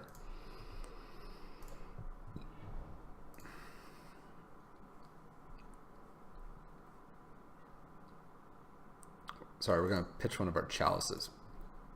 I think it ticks our opponent off to maybe Blood Moon here, but with a Thoughtseize on turn 1, we avoid it, and Desperate Ritual could be taken here, so it just depends on what they can do. We will then Chalice on 1. You play the Kiki Chord. I like Kiki Chord. All right, so our opponent, turn 1, Inquisitions us, and even though we Gemstone Caverns, has decided to concede. Ladies and gentlemen, it must be Christmas. We got a concession without taking our first turn. All right, let's see what we would have drawn. A mountain, excellent. Excellent. All right, so we have an Inquisition and we have a Watery Grave. So we got to take some thoughts into what might be going on here. The turn 0 win, baby. I know, right? It is magical Christmas land here. We just got a turn 0 win. All right, so we probably have a Grixis Death Shadow because they scooped to a Blood Moon and they scooped to a Chalice. Now, they couldn't take Desperate Ritual and try to get a basic on their next turn, so makes me think it's Death Shadow. I agree. It's probably Grixis Shadow. So, Chalice is excellent. Walking Ballista is okay, but not great. Anger and Slagstorms are no good here. Eidolons are actually alright because all their stuff's low. Grafdigger's Cage is good if it's got any sort of like Snapcaster shenanigans. Yes, it was a Watery Grave that our opponent played. I'm trying to think, because this, if it's Grixis Death Shadow, we actually don't really need to do a whole lot. A Spellskite's probably a little bit better than a Slagstorm here. We definitely want to keep Ensnaring Bridge, though. We kind of do our normal game plan against Grixis Death Shadow. Hazoret's pretty good. I like that. I like that over a Slagstorm. Even if he sits behind a bridge, it'll be good. That's a good call. I like that one. Eidolon's fun because a lot of the stuff's 1 mana. It's weird because you don't want it to be stuck behind a bridge. Eidolon might be better than Goblin Rabblemaster, though. May do more damage. May do more damage to us as well, though. A Braid doesn't seem very good, actually. Let's take 2 of Braids out, and let's put in let's put in 2 Eidolons. Let's try that. Yeah. Try lift with the note right as I do it. We're on top of the game here. All right, we're going to submit this. I don't like Eidolon all the time because it hurts us. But if we get a Hazoret out and Eidolon and, we just kind of just sit back and pitch lands at them. All right, Chalice is really good here. Eidolon, we're going to assume, is very good as well, and we can play more aggressive here. That gets them to a Death Shadow faster, but I think I like this because if they turn 1 Inquisition us, they take Chalice and we play Eidolon in 2 turns. Boyle seems cute. Boyle's cute, but Boyle's for more of the control matchups here. The only reason I don't like this is because like an Inquisition followed by a Thoughtseize really ruins this deck, or this hand. Which means we're not doing anything then. Because they'll take Chalice. Well, they might take Chalice Eidolon and then not be able to cast because Blood Moon. We also have not confirmed it's Grixis Death Shadow. But we'll go ahead and keep this. I would prefer to have some sort of ramp and a second Chalice. But we will see. We will see because Flooded Strand is usually not, I repeat, not in Grixis Death Shadow. Maybe Boyle would have been good. Maybe it's Esper. We might have made the wrong call. Okay. So far, we don't know anything. Okay. Opt.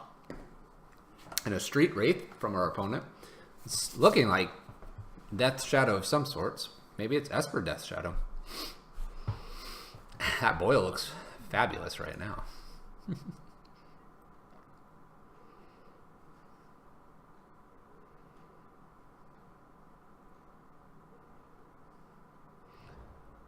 Alright, now they can get their black mana. And if they get their black mana here, I think Chalice will hopefully get us there. We'll see though. There's the Thoughtseize. So they can Thoughtseize away our Chalice here, and then we'll just play Eidolon. We're in a bit of a bad position here. Grapple Master though could be good beats here. We'll see what they take.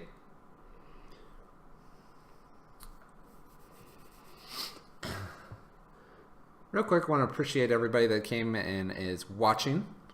We got this game and then we got one more game after this, so we got a little bit of time before we're shutting down the stream. So we got some time.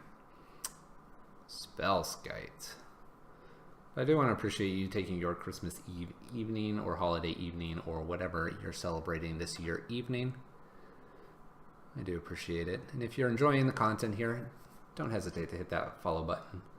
We have 2018 goals, and you will see probably more of me after the holidays in 2018. What are we doing here? Well, we're playing a land. That's probably about as far as I've gotten in terms of what I want to be doing here. Chalice on 1 is really good. Chalice on 1 is very good. Our opponent does not have much in terms of blue and black that could kill our Chalice. And so we could get a Spellskite down next turn and really hold off on this Eidolon. Blood Moon is not doing anything here. So there's no rush to get it out here on the next turn, and we could definitely do Chalice into Eidolon. You'd rather Eidolon here. If we Eidolon though, and they get a Death Shadow down, we're doomed. Don't want to walk into Stubborn Denial. Stubborn Denial. What a card. What a card, Stubborn Denial. That is a very good point. Chalice on 1 is so tempting, but Stubborn Denial could really hurt us here.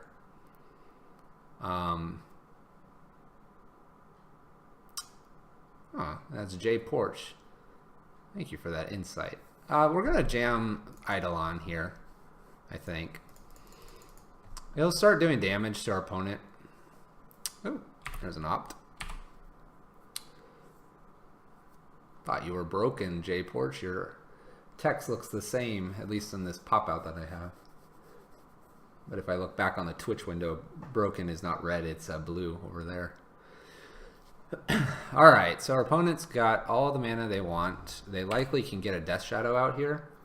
A little worried on that.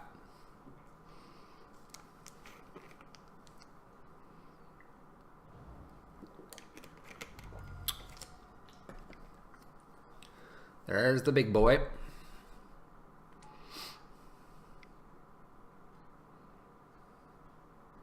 Two Death Shadows?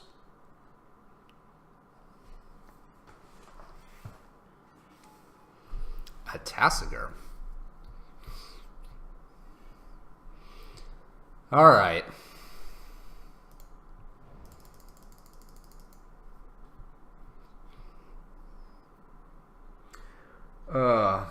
This is frustrating because we really want to get this Ensnaring Bridge down, but with Tassiger and Death Shadow out there, obviously, our buddy's Stubborn Denial is turned on.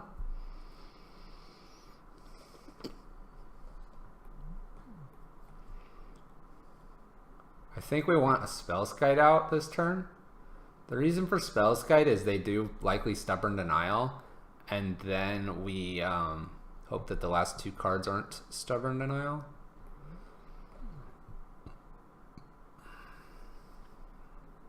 And then if Spellskite sticks, it prevents a Temur Battle Rage from kind of killing us really fast.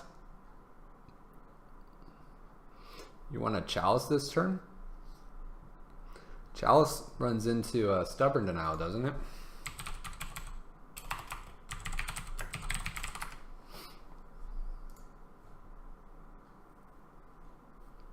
You think a Chalice will bait out Stubborn Denial?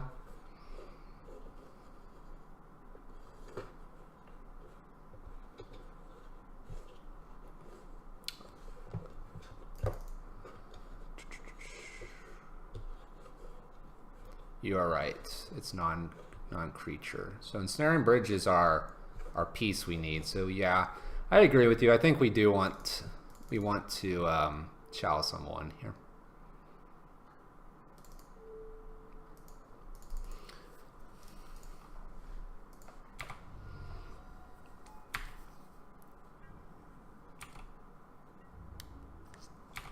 They can still Stubborn Denial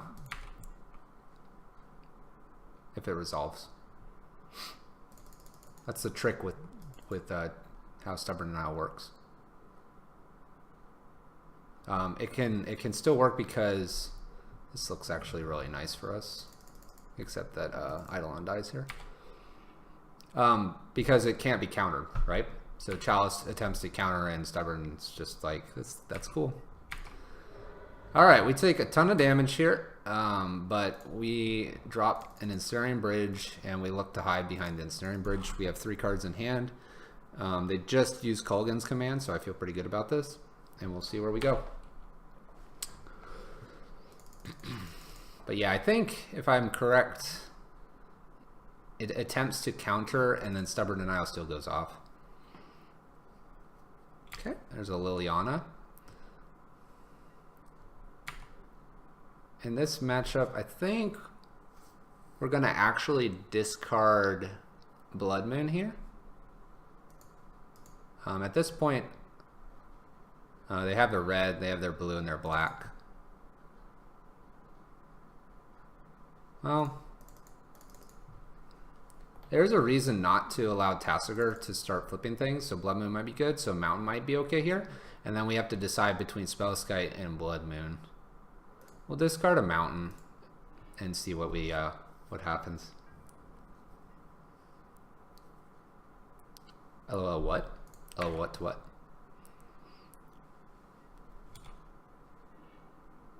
If Chalice, right? Because it's for Ferocious. What is it? He hasn't played one. Let me pull up the Stubborn Denial here. Stubborn Denial. If you control a creature with power 4 or greater, counter that spell instead. Oh, I thought it was non-counterable. Never mind. I'm thinking of... What am I thinking of that can't be countered? Oh, I'm thinking about like Abrupt Decay and other things.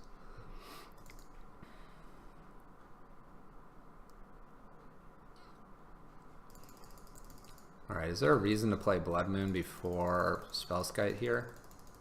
Spellskite can't be countered. I was thinking of a different card. I've seen different interactions with the Chalice. I don't play Stubborn Denial very often. Alright. I hate that there's a Liliana out here. I think... I want to say we Blood Moon this turn to prevent Tassiger from maybe a land and then being able to do his fun nonsense. Spellskite's pretty good too. I think we'll Blood Moon here. They are indeed tapped out. So we do this instead because Spellskite can get through Stubborn.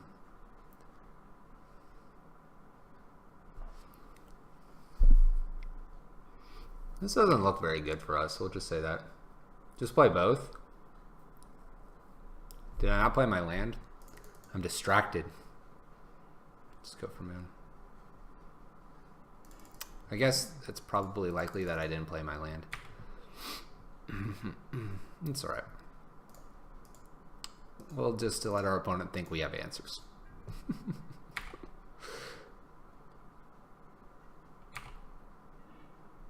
Alright. There is maybe a reason to hold Spellskite until like Liliana ults here. There's a reason to maybe do that. This is going to really suck if we don't get one of our planeswalkers like Chandra or Chandra or Chandra.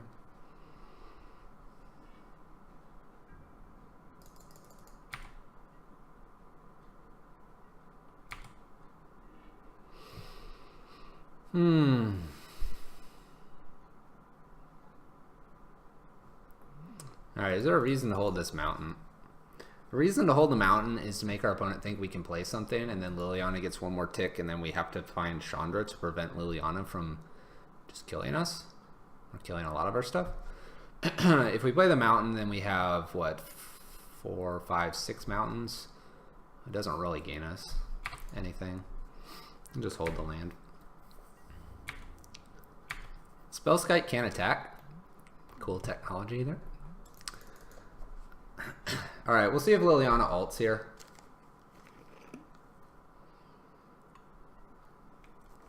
Nope. Alright, we can find a Chandra. Trying to think if there's anything else we could find.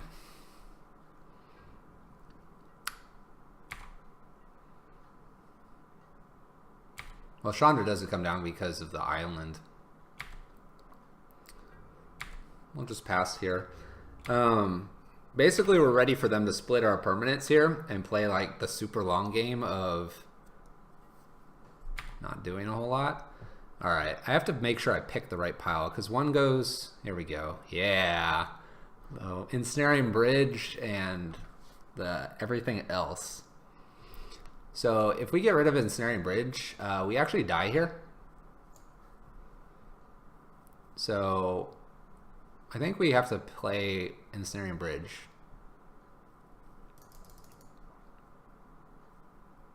Everything versus Bridge. Yeah, I know. Everything versus Bridge. I think we just choose this pile in the top to sacrifice. Then we're looking at needing runners. But it gives us a chance in game 2 that we're in. So we're going to go ahead and choose that pile, and we'll just go with this. We're going to basically F6 now, just to see if we see really anything else in their opponent's deck. They can start doing Tassiger activations here, and so we'll see where that leads us.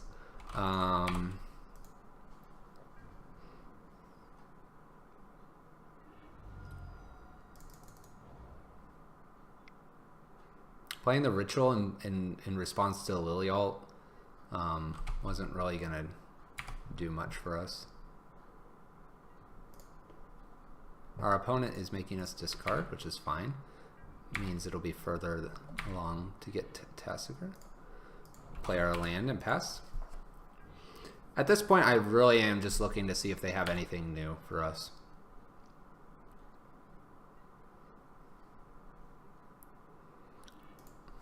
Pop their graveyard out just to see if we see anything interesting. It looks pretty standard Grixis Death Shadow though. Runner land into Chandra would be what can win it for us here. Thought Scouters. Looks like they Thought Scoured us. Yes, they did Thought Scour us. We'll hold this in the event that they don't plus Lily.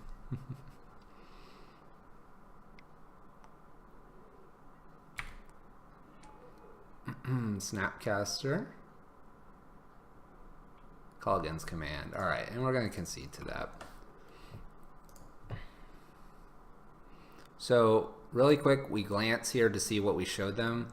Eidolon has been shown, Rabblemaster, Blood Moon, Spellskite, Walking Ballista, Desperate Ritual. So nothing crazy.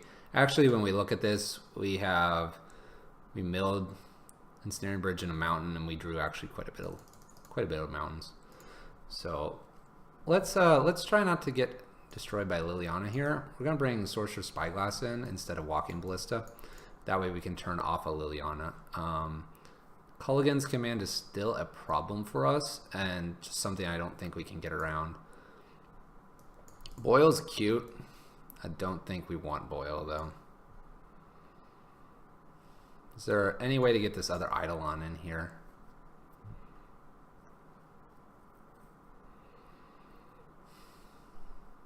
We'll go down to Rabble Master and bring in the Eidolon.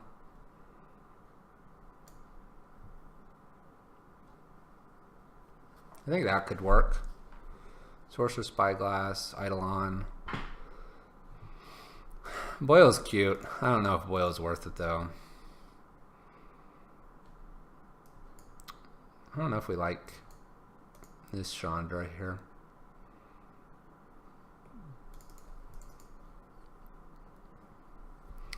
I think we can run back like this. Let's see here. Actually, Grafdigger's Cage would be good. We saw a Snapcaster.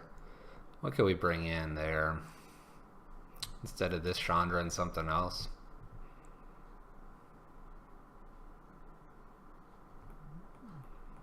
I don't know if that's worth it to prevent like a Culligan's command.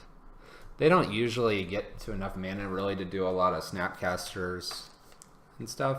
And they're running on likely one blue source because of our Blood Moon.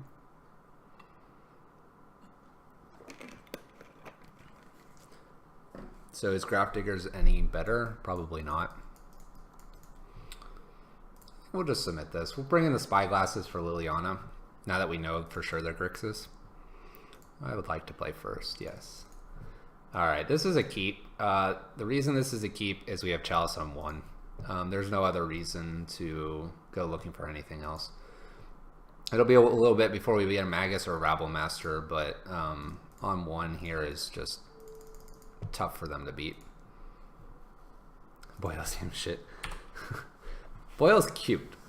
I wouldn't call it shit. It's cute. And it's cute because they do run blue. What we probably will do here is actually get a second Chalice on 1 on our next turn here. That's countered. They are gonna do nothing there. We're gonna get another one on 1 here for redundancy's sake. And then we're gonna probably, depending on what they fetch, if they fetch anything, we'll either jam a Magus here or we'll be off to the races with a Rabble Master. We want to close this game out quickly. Seeing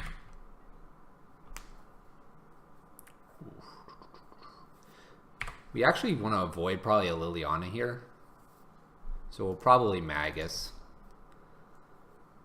It's a turn slower, but I think Magus is smarter here in case they do a Liliana, and then we're kind of in that. Rabble seems good next turn. I guess Rabble, yeah, because Liliana can't get rid of it. Yeah, you're right. Rabble Master is much better here. They can't Fatal Push it because it's 3. Yeah, this is better. Oh, Snapcaster.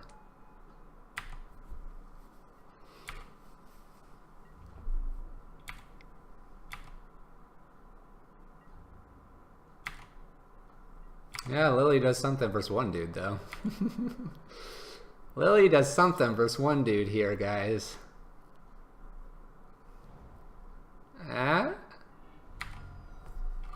Liliana? Liliana of the Veil? There she is. Minuses? Okay. So we'll play Magus out and we can kill her next turn. And hope they have no way to remove the Magus here. If they have another Snapcaster to block, though, then we're in real trouble here. Tassiger also is a real problem here.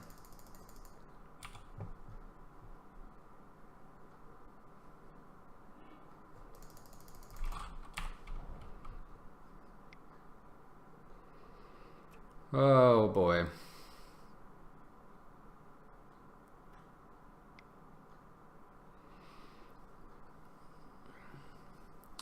We could really use a spyglass here, and then an ensnaring bridge. We're not looking so hot now.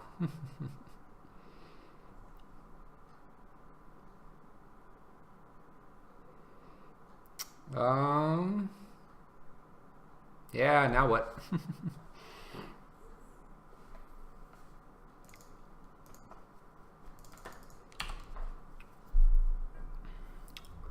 Well, we can prevent him from really attacking us here. We really need to find one of our planeswalkers, Sorcerer's Spyglass, Ensnaring Bridge. It's a lot of things we need to find.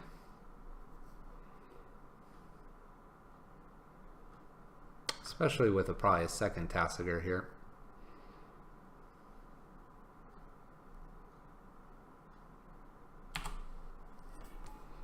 Ooh, the fish. The fish. And discards. Chandra's really good here.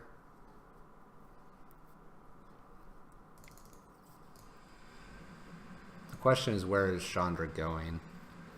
I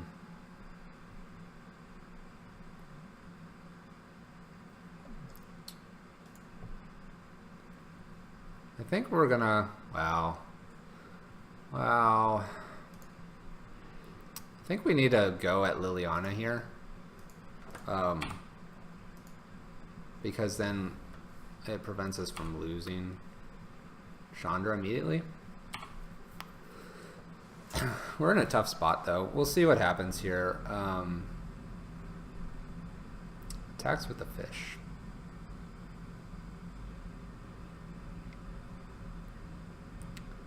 I don't see a reason really to keep our Eidolon around.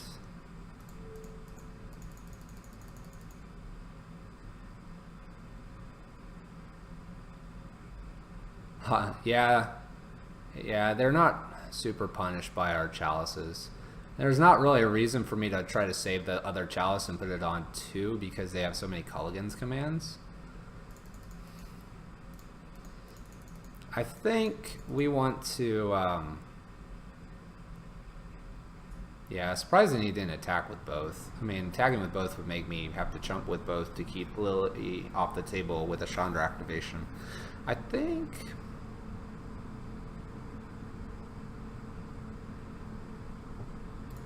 yeah, they've had one fatal push, and they cast a Thoughtseize into Chalice. But regarding the deck, it usually has a Op, Serum Visions, and other things like that. Alright, I think we block with Eidolon here. I don't think I want to open up my opponent's mana just yet.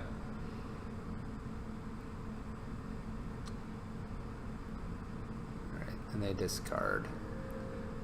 Ooh. Ooh.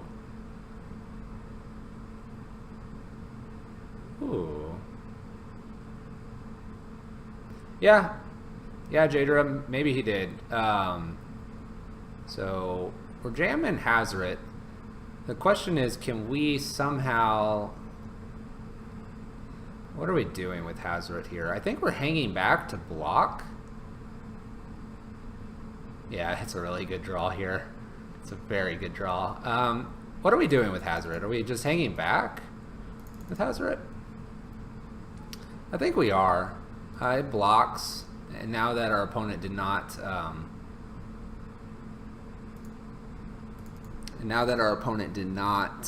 attack with both, they were kind of punished here. I think we just sit back and be defensive. There we go. Yeah, so Jadra's correct. We have the active Planeswalker. Scenari is correct, and just to hang back as well. And Broken is correct as well. That was quite the god draw. We had a few options for our draws there. Ensnaring Bridge would have been fine, but not great. Another creature would have been fine. We were just trying to get Chandra off the board, and then with our, or sorry, not Chandra, Liliana to keep Chandra on the board, and then Chandra was just going to win with her ultimate, as long as we could ultimate her. And it's funny because any spell could clear off our opponent's creatures here. Alright, let's update. Let us update, guys. We are 3-1. We need 1, 2 more, so we're 7 and 4. We're positive.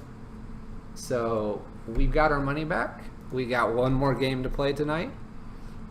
Once again, thanks everyone for tuning in and watching on your Christmas Eve, Holiday Eve, whatever you may be celebrating.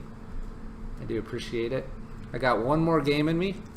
I can chat a little bit after the stream, but I do have a couple last minute things that I got to set up. We are hosting tomorrow, so got to get those things in order.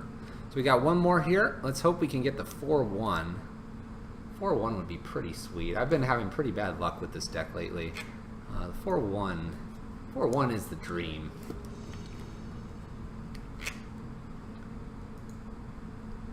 So, but thank you everyone that is tuning in and watching. If you're enjoying the content, hit that follow button. It does help me. Lets you know when I go live. We have goals for 2018, so we're planning to stream a little more regularly. I'm trying to work out what that stream schedule will be. But if you would like to tune in again and get that notification when I go live, just hit that follow button. It is appreciated. Alright, final game here of the night. We got the die roll. We won it. What are we doing here? Oh, what a hand. So if we're against any creature type deck, Slagstorm's going to be good. We don't avoid a turn 1 Thoughtseize or other turn 1s. We're not doing a whole lot after a board wipe and this Chalice though. But every card in our deck is basically live. We have a lot of 3-drops we could go into as well. So I feel like this hand's slow, but we can keep it.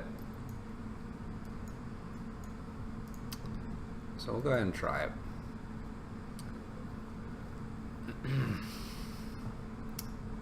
We gotta try it. You gotta make mistakes to learn. This may be a mistake. We will see. Yeah, if Storm's a thing, we can definitely hold out and alright. It's our buddy Tron over there. Alright.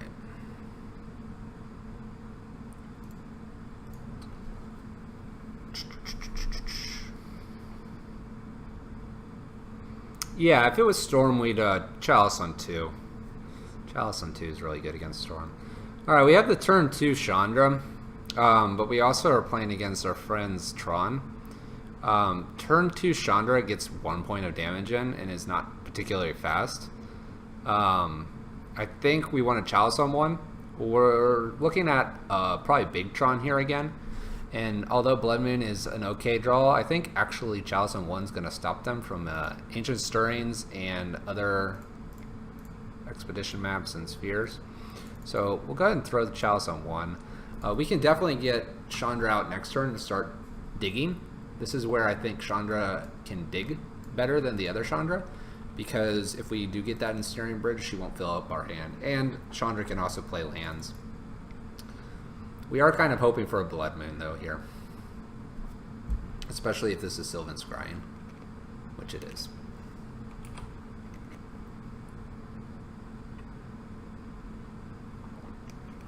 Alright, Blood Moon off top.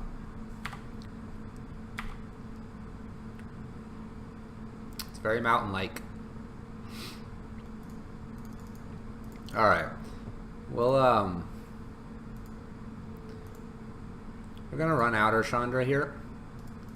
In the event that our opponent doesn't have any awesome 7-drop here,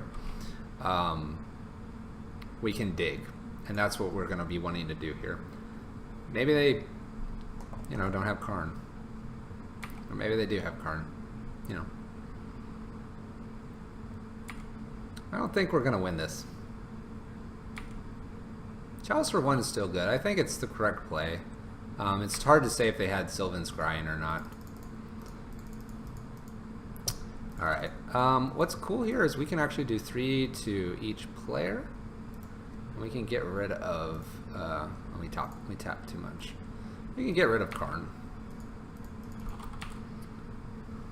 They always do. Indeed, they always do. That being said, we got rid of Karn. I'll scoop to another Karn. Well, I won't scoop, but I'll be very sad. I will be very sad if they play another Karn. Our opponent is thinking and probably wondering why we have a main deck Slagstorm. Usually when an opponent tanks a little bit after, they're reading the card, wondering what it does. Slagstorms are a utility. The reason we don't run Anger is not really usually for a Karn, but to hit face, it's a little bit of burn to the face. It does hit us as well, though. That's something to keep in the back of your mind if you're playing Slagstorm.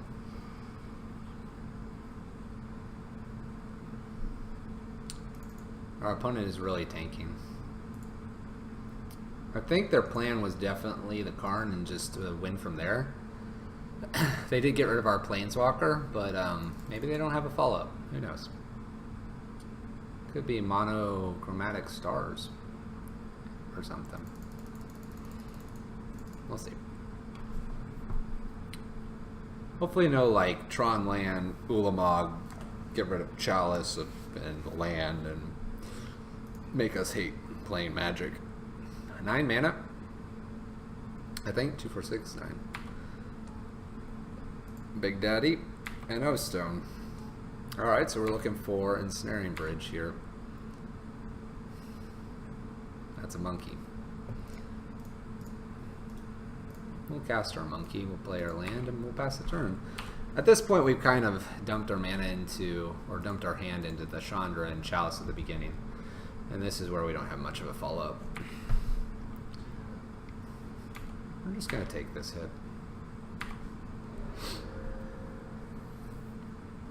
This does look pretty bad. We are getting punished. Not for anything we've done, but we're just getting punished by Tron. We'll see what this is. Fate counter on Wormcoil is very good. Mountain. We're going to go ahead and let them blow up O-Stone here. And we have one more draw to a Ensnaring Bridge. Assuming they pop O-Stone before. Since they didn't pop O-Stone before, we'll go ahead and block.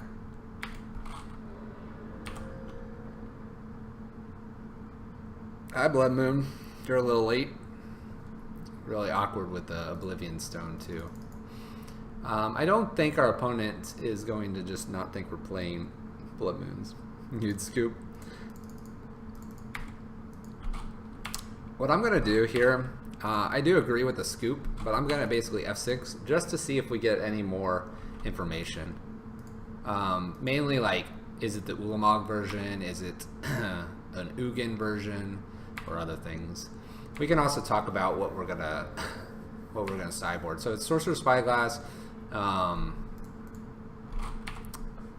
Let's see here. Sorcerer's Spyglass. I don't think we can go under them. We've talked about that. I think Ensnaring Bridge is still important. I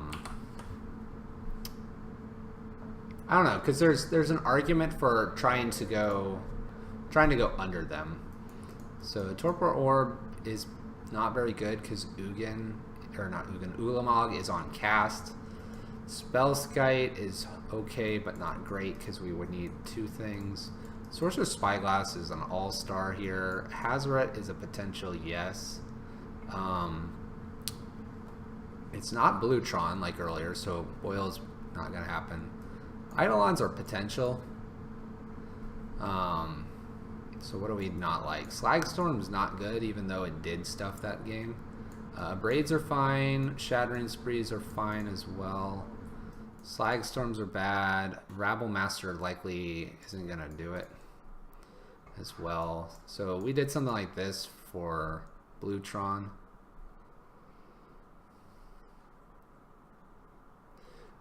Rabble Master plus Moon does get pretty fast. It's something to consider. So we have we have two options here. We can do like the Eidolon Hazaret, Sorcerer's Spyglass, and Shattering Spree in place of Slag Storm, Walking Ballistas, a Chandra,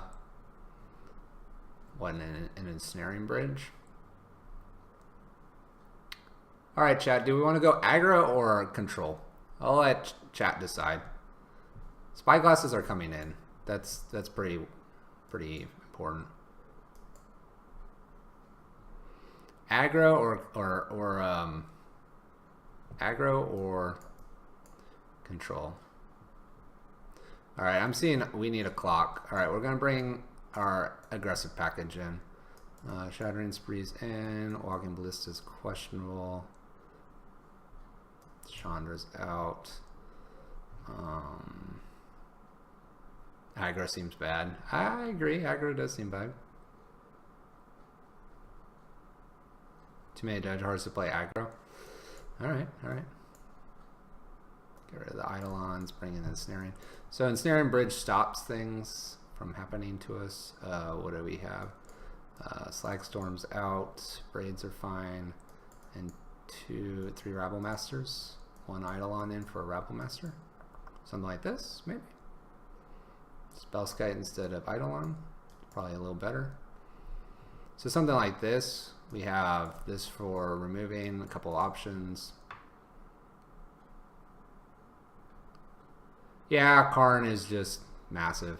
All right, we're gonna run like this. We've taken out our aggressive package here. We left in Ensnaring Bridge. Just gonna hope that they're not too much on the Planeswalkers. Would I like to play first? Yes, I would.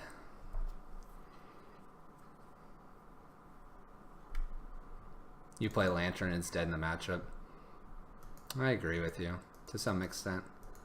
This hand's doing nothing, really. It lets us get a Chalice on 1, and then we can get rid of something like an Expedition map. Otherwise, it's not doing a whole lot. We have both Chandras. I kind of want to keep this and just try it, even though I probably would normally mulligan this away. And the only reason it's keepable is because they turn 1 something and we abrade it, or we Chalice. Man, this doesn't feel like a very good hand now that I'm talking out loud about it.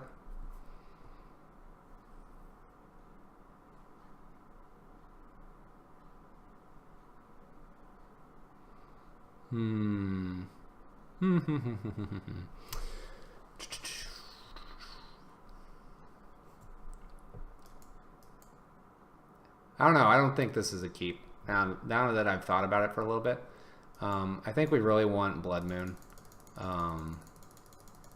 Yeah, we're gonna mulligan this. I like the Chalice, but it's too late, and Braid's not enough. So we're gonna mulligan. Alright, here we have Blood Moon. It's on turn 3. It's not super fast, but our opponent's not super fast either. We can get a Chalice on 1, and then a Blood Moon, and then draw into Hazaret, and Hazaret can start attacking. It's a little bit better than the last hand. It's not great, but I think it's keepable. Walking Ballista is not what we want to be doing, so we'll bottom that. We'll play a Mutavault, because we can get in damage, maybe. Although we're probably Chalicing.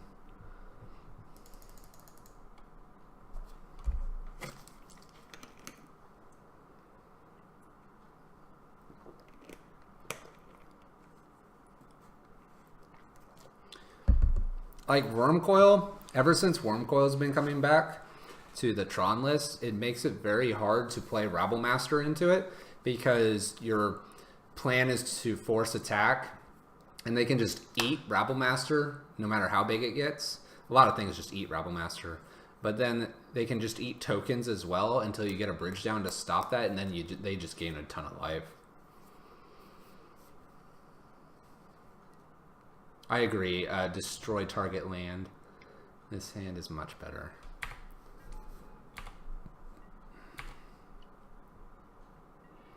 Alright, we have redundant Blood Moons. That's good. We're going to Chalice on 1 here. It's a turn late, but we want to prevent our opponent from having really any other crazy star things or expedition maps. They're likely going to do Sylvan Scrying since we saw that last game. Hey, destroy target land. Appreciate the follow. Thank you so much. I appreciate it. Our opponent has gone for a green mana with a Chalice on 1. There's the... Oh! Well then. Alright, Seal of Primordium. Sacrifice, destroy target artifact or enchantment. That's a card. Alright,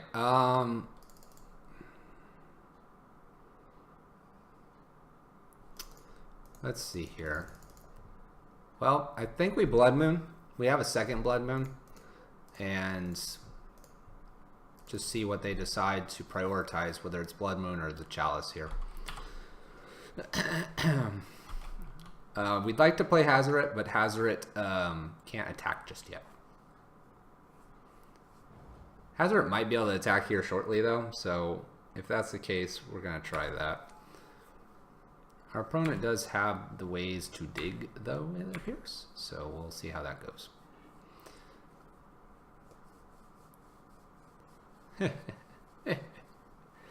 Oh. So this is where like Hazoret can look really bad, because now we have an Ensnaring Bridge and a Hazoret in hand, and it's just awkward because you don't want to have both of them out. We're gonna run out another Blood Moon to be safe. We're not really doing anything with the Hazoret if we played Hazoret. 2 a turn is not fast enough. We needed to draw a land, Desperate Hazoret or something like that. Since we saw the weird Seal Primordium, we're going to keep that Blood Moon train going here. Alright. Hazoret into Bridge. Backup seems good, so that's what we're going to do, and I totally agree with that. So we had a Desperate here, just so that we can get to one land in the hand, or 1 card in the hand. Now we're going to see if our opponent needs to dig, so they do. We're going to hope they don't find Wormcoil. Wormcoil feels really bad here. Thragtusk. It's a Thragtusk.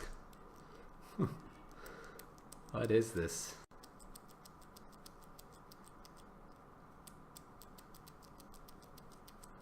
Alright, so we're not playing Bridge because we're going to attack in here. We're going to pitch our land using Hazoret here. Deal 2, and then we can swing in. We play Bridge on the off chance that we're like behind or something like that. Thragtusk undid 1 turn of Hazoret. It doesn't help him a ton, but it gives him 2 blockers here coming up into Wormcoil.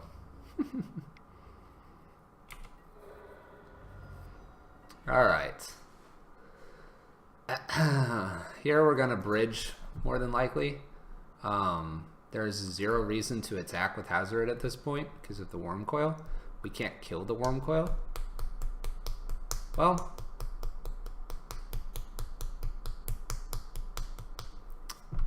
alright, let's talk about this. So we have the option to swing in with Hazoret. They gain 6 life here, but we can kill the Wormcoil. But then they have 3 creatures plus a beast in the back pocket there. Yeah, the Hazoret pitch plan is an option. That we're about 7 turns away from that. They are representing 6 mana with a 7th that could just exile Hazoret here with a Karn.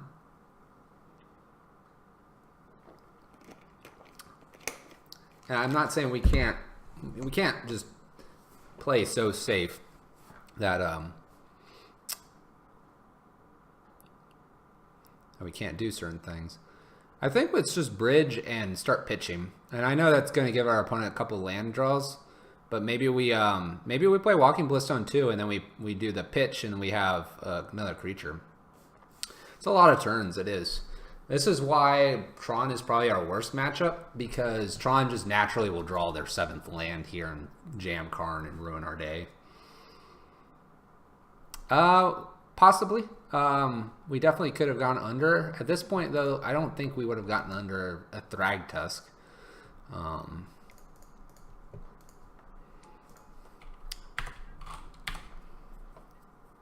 I don't know if we would have gotten under a Thragtusk. I just don't know.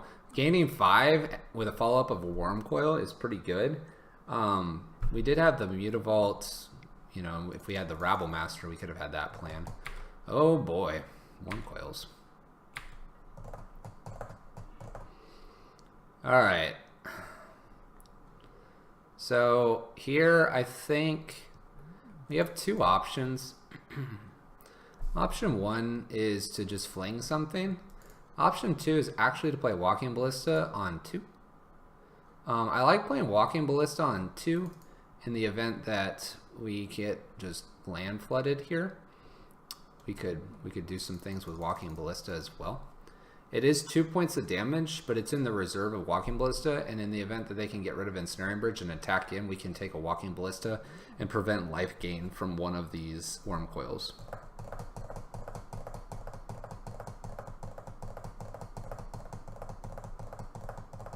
Yeah, not this time. Yeah, I hear you. We can switch up if we can pull out a win here. We'll switch up to hyper aggro and go from there. I think play is we'll jam the Walking Ballista here. It does the same thing as pitching it. Gives us an extra blocker in case things go awry here. A Shattering Spree, I believe I brought those in, would be great. Yeah, we have the Shattering Sprees, so those would be really good here. I think it's sad to say, but I think we're basically dodging a land here for the next like 5 turns, 5 to 7 turns.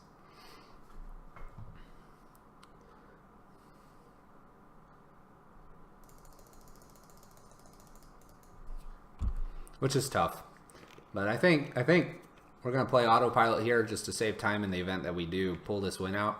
But it's, unless we draw like a Planeswalker basically, we're probably pitching 90% of the time.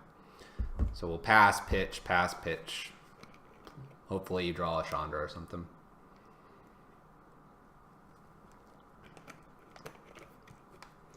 So how is everyone's evening? Our opponent is thinking.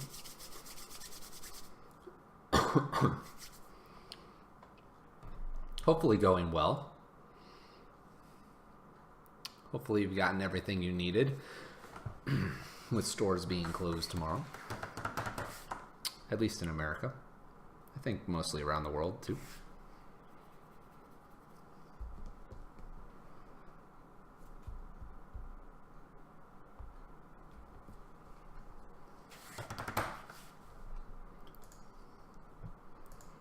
I want to shout out to all the people joining us this evening. Thank you so much for tuning in. Apologize for our opponent playing a little slow here. If you're enjoying the content, go ahead and hit that follow button. It lets you know when I am going live. We're looking to be a little more regular scheduled in 2018. We got some goals that I'm working on, and we'll get those out and going to the group of those that follow and anyone that joins us on our adventure in 2018. Some of those thoughts are trying to play enough Magic to figure out how to get to maybe a, what are they, RPTQ online, maybe Addenda GP or something like that, with a deck developed on here. Maybe we go super ham on the Pauper scene. Maybe we just play fun modern decks, and then every few days we play, you know, we look at the challenge of that week and we play a top 8 of that. Learning the meta, that's what we're going to do here probably over the next year, and just seeing how everything unfolds. We'll certainly have streams regarding the Pro Tour, with Modern being the Pro Tour option. If you don't feel like following because you're not liking the content here, that is fine. Drop us a suggestion. I'm always open to suggestions as well to see how we can make the stream a better place. Sonari, Sonari, thank you for the follow. I appreciate it. Thank you so much. Gives you another person to tune into sometimes. That's all you need. Need that one extra person to watch when you wake up on a Saturday morning or something. So I do appreciate that follow. Thank you so much. Our opponent has gotten basic forest and is now using it to ancient stirring. So we're definitely playing against green-black. Oh no. Oh no. So our opponent has found Ugin. So Ugin does 3 damage to creature or player, or exiles each permanent with converted mana cost X or less, which is going to be pretty bad if it hits -3. And then they can gain life. So that's not very good for us. All right. 1, 2, 3, 4, 5. We'll have 5 mana. This doesn't look very good for us.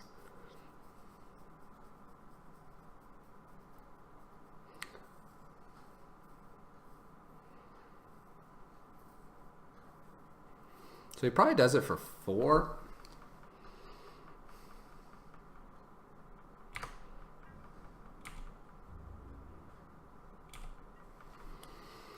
All right, I think we're gonna hold everything here. We may be pitching stuff. We may be oh.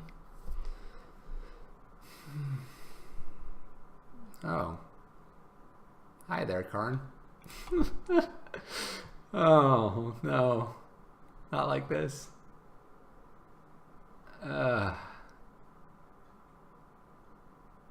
Yeah, I wanted to Hazoret and Ballista to do some stuff. I'm thinking they top deck Karn here.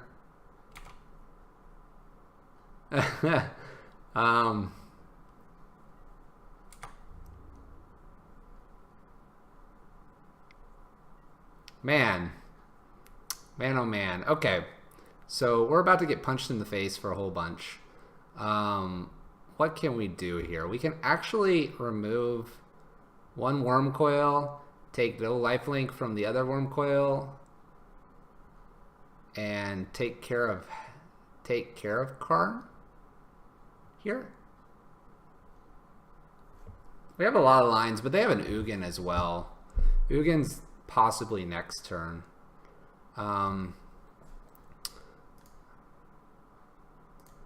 Man.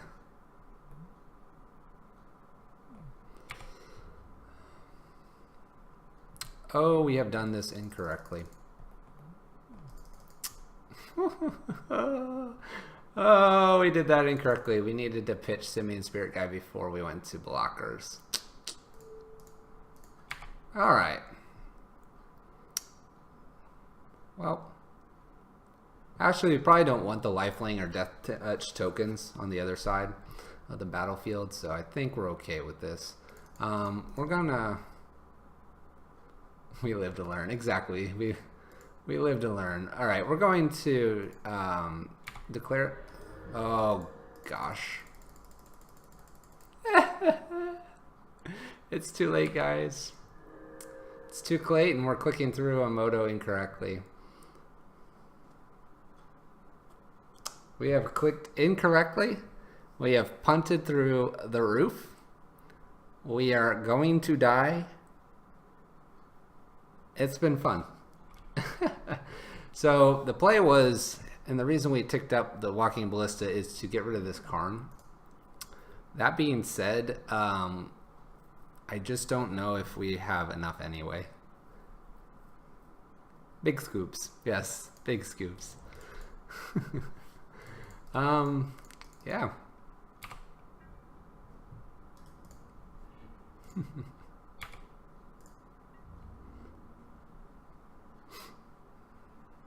trying to think if there's anything we can do to not die here. I don't think so. So we're gonna kill Karn. And we're just gonna concede. What were we drawing? Chalice wasn't gonna do anything. Hey, we got our play points back. Let's see here. Well, let me. Yeah, Chalice, Blood Moon, Spellskite, Desperate Mountain. I don't think we were gonna do a whole lot. There's a Shattering Spree and there's a Spyglass. So they were only 2, 4, 6, 8, about 9 turns down. About 9 turns down. I don't think with that luck we were gonna get to it very easily there. So that's okay though. We go 3 and 2. We get kind of wrecked there at the end. So we'll take the lessons learned. Sometimes you just gotta be a little extra careful on Magic Online as well, knowing what steps you're in before progressing forward. But those things happen. Let's see here.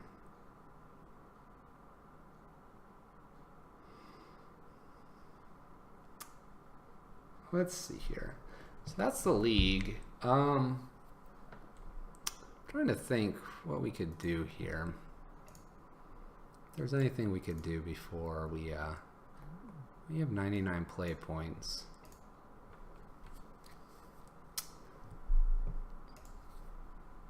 This is the deck we were running. Different people play different versions. Right now, Chandra's a flex spot, while Alkene Ballistas are a little bit of a flex spot. I organize it like this because it's ramp into lock pieces, win conditions, and then kind of the different utility as well. So, but I think that's going to do it for me tonight.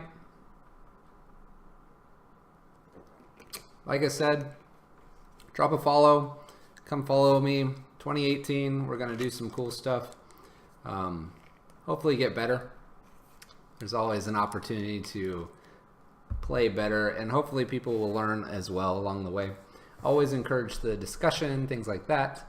I could probably run one maybe fun Green Devotion or Rally Fenza deck or a Titan Shift real quick in the fun lobbies if people would be interested in that.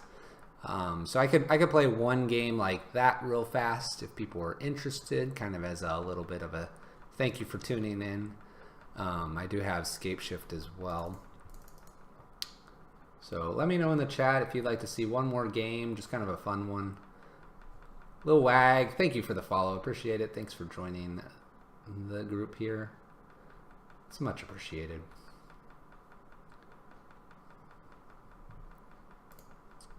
Colorblind Kid, thank you for the follow. Thank you for all the lurkers hitting up that follow button right now. I do appreciate it. Hopefully we can bring you some awesome content here. Let's see here. I don't know. No, thank you, Broken Pots. Thank you so much for giving me your suggestions as we played.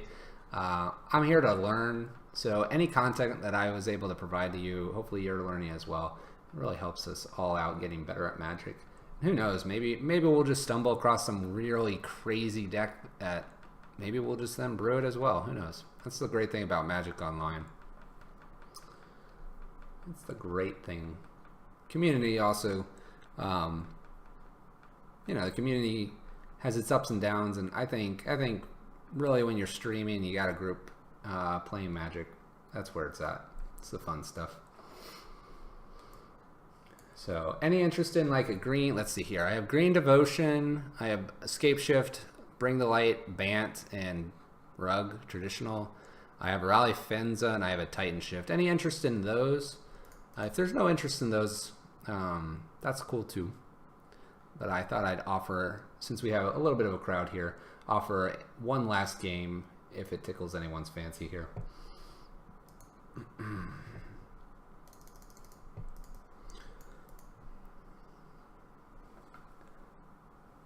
Let's see here. The wife is putting together some Christmas gifts. So I'll run through the decks that I do have. They might show up in a future. This is a Bant Scape Shift one I have. Scape Shift's the typical toolbox. It runs white to do some cool stuff with white as the tutor for Ranger and Dragon Master Outcasts. We do have that weird Magic MTG Goldfish Blue Burn. I have that one in my pocket as well. This one's kind of fun. It's the stock list. Has Judges Familiar, which I think is a hilarious card. A couple other Bring the Light Scape Shifts. Let's see here. This is also a white version. This is a black version running, I think, Damnation, Maelstrom, and Abrupt Decay, and a Fatal Push in the sideboard, which is kind of interesting. So that's an option as well, possibly for future stream. Another white version, but this has Huntmaster of the Fells, which with the Temur Moon deck apparently is pretty good. So let's see here. We have a green Devotion deck as well that we could run. This one's actually pretty fun. I might jam this once, one game real fast before I get off. I always enjoy running this one in the fun casual rooms. Tries to ramp up into big creatures, has some pretty fun sideboard tech as well.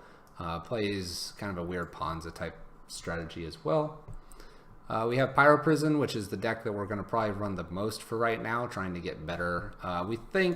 We personally think that this is actually one of the better lock type decks that has a pivot. I'm not going to say the best lock deck. I'm going to say a lock deck with the pivot. So this is available as well. We have Rally Fenzer from MTG Goldfish. I think I got all the pieces for this. This one's kind of fun, trying to infinite combo out with Safehold Elite, and needs some updating. Anafenz is not the best option for this anymore. And then Titan Shift with Omen. Not my favorite deck, but I play Scape Shift quite a bit, so having the Titan Shift version with Prismatic Omen is an option as well. So with that, I'm going to jump into one last game just as a thank you for everybody who followed. We're going to just go to the fun section here. Let's see here. We'll just do an open play practice room. Probably just because I need to keep the play points up. But we'll throw this green Devotion one as a last run here. This will be our last match. Hopefully our opponent doesn't scoop immediately. That sometimes happens in these fun rooms. But I want to thank you all for tuning in again. We'll play this one out, and that'll be it for the stream. While we're playing this kind of like, let's see if this, our host. Oops. Oh, it's because we didn't get into that one. While we're playing a fun game here, what's everyone doing for tomorrow or this week? Pull this out. Any fun plans this week for anybody that's still in the chat? Play this hand. This looks like fun.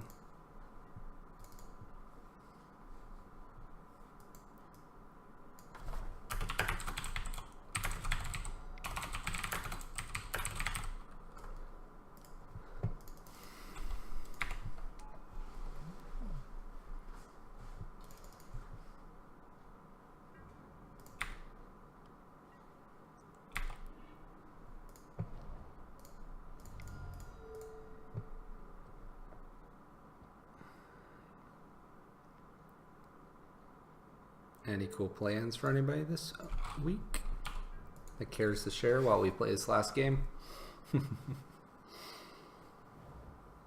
Or I can just talk about the deck. We're playing against some kind of cool, little cool fun deck here on the side. What is this?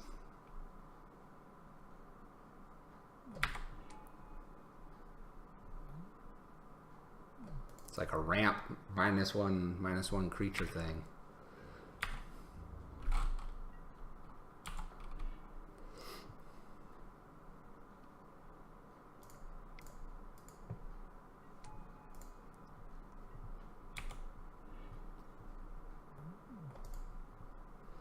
Really could use another land here.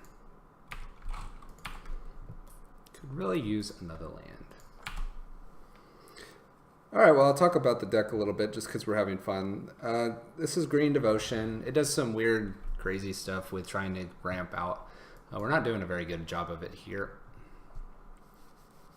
But it basically uses Garruk and other Planeswalker, well, just really Garruk, and Summoner's Pact, and tries to do kind of crazy stuff. Ooh, this is kind of cool.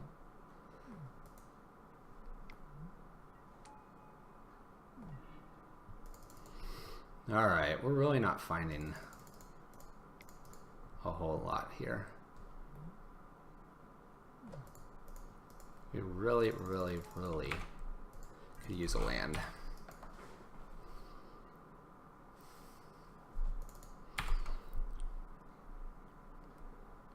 So if the deck were to get going here, which I think we found a fun deck as well to play against in this holiday season.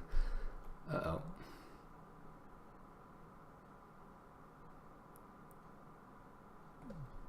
So this guy can make a lot of mana, if I'm reading that correctly. This is cool. So we have this Nest of Scarabs, which is creating tokens. This is taking mana and creating a creature. Removes and creates. I don't think we beat this. This is cool. Alright, we're going to concede to our buddy here who's gotten his infinite combo. And we're going to try to go a little quicker here on this person. That's kind of cool though. I like it. What do I have for this? Bonfire of the Damned is probably okay in this matchup. Elder Scale Worm is probably fine as well. And Acidic Slime is good to get rid of the different pieces that appear to be a problem. What comes out here is a Hornet Queen will probably come out and 2 Coursers. And then an Oath and probably something else. What else? Probably a second Oath. We'll run this back. We'll see if we can jank out the jank here. This does a whole lot of nothing. I think we need to mulligan this. This does a whole lot of nothing as well. I guess we'll just keep, because we do need the lands. We'll put that on top.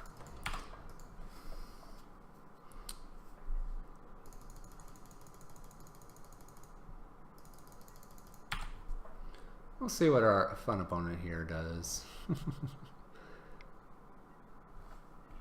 Not doing a whole lot. Although we're not doing a whole lot either. So we can't say much.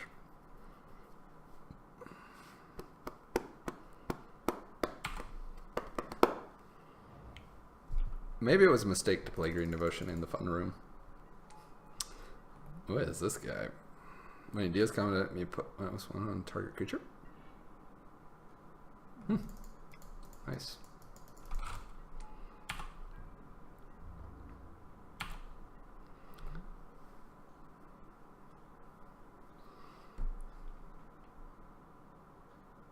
So we can't let that hit us. That won't be very good.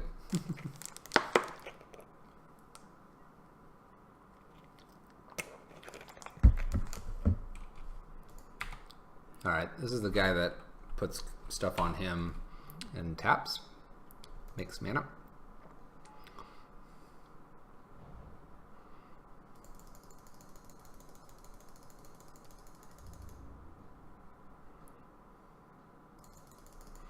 We could really use... Not really sure. Actually, we might just die here if we don't draw lands. And we don't draw lands. I don't think we're doing much this game either. We might run this back one more time so we can at least show what this deck does. Although our opponent doesn't have the enchantment yet.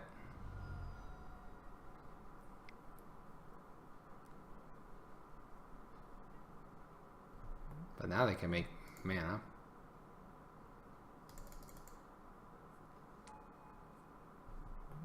Oh, wait. Hey. Our opponent has found it again.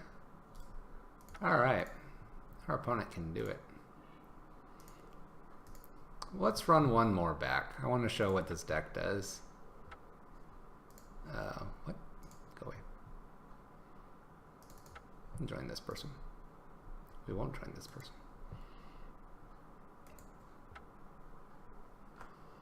We'll go for one more.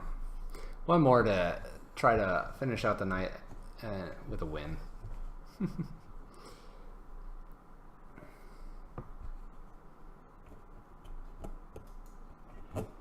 Alright, would you like to play first? Yes. Alright, this looks a little bit better. Not great, but a little bit better. Alright. See if we can show what this deck's all about. Try to ramp out. Ooh, snow covered. Alright.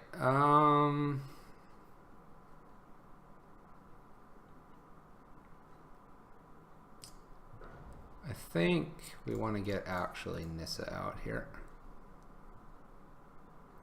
So Nissa's kind of a fun one here.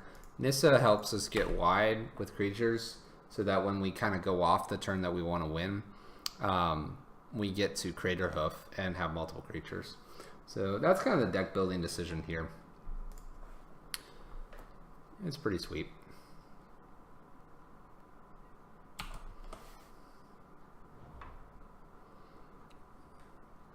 We'll see though. We're playing against probably Scred Red here with the snow-covered mountains, which could be very interesting for us. What we'll probably do is play out Courser next. Try to hit our land drop. We could play Arbor Elf, but I have a feeling it's going to get just bolted. That actually changes things slightly. So we're going to play here. Just make all the green mana in the world. And actually, depending on what our opponent does, I think we have the kill next turn here. We'll see. Our opponent's doing a whole lot of nothing, though. If they have like an Ensnaring Bridge, that could be bad for us. If they have an Anger, it's a little bit bad, but not the end of the world. It's a Blood Moon. Okay.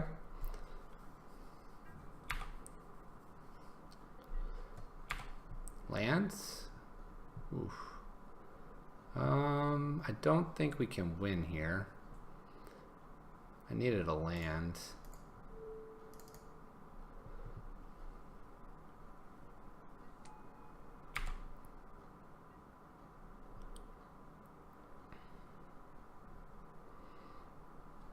Let's try to hit our land here.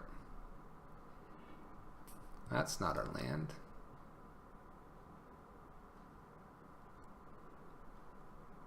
I guess we'll go ahead and just start minusing. It's kind of weird because we haven't actually hit like a fetch land, and usually you can use Eternal Witness there with a fetch land.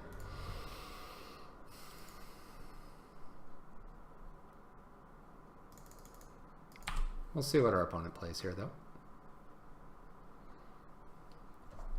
I think with a Nissa showing on top of our library, we can just do minus Nissa and minus Nissa. What are we bolting? We're bolting Nissa? Okay.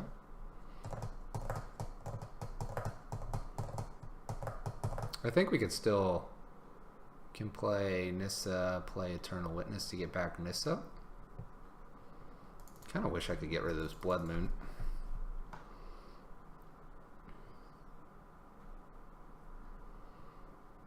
If we draw or have a land on top, we can do Crater Hoof and win.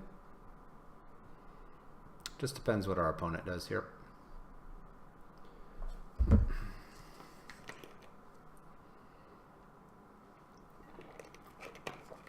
All right, no land on top. So I think we just need to just Nissa, minus, and swing. Just try to kill our opponent that way.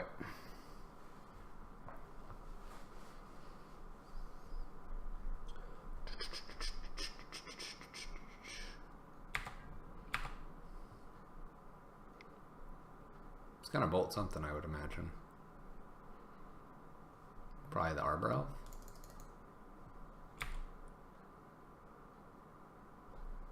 Or bolt me. Interesting.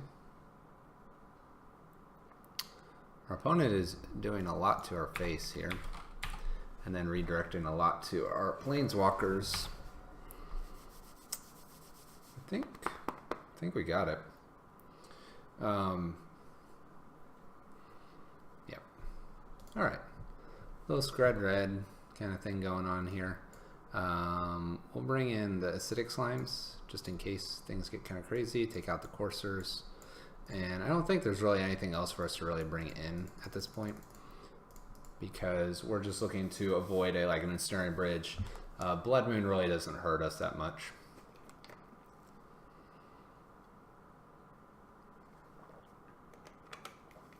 So we'll run this back. If we win, that'll be the night. If not, we'll be playing one more game. So thank you all for tuning in. As always, it's been fun. Not a bad way to spend the evening here with a bunch of friends online. It's been great. And actually, this will probably be perfect because this will wrap me up. I think I've been live for about 3-ish hours, I think. So says the clock on the dashboard.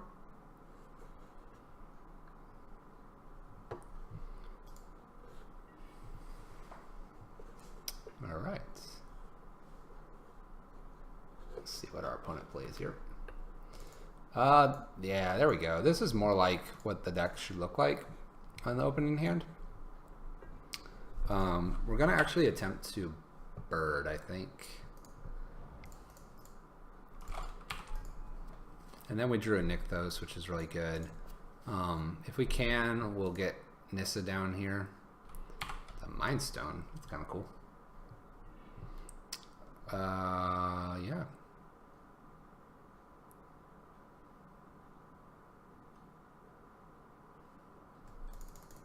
Let's see here. 1, 2, play that. Have 2, 3, play Nissa? Nah. Yeah.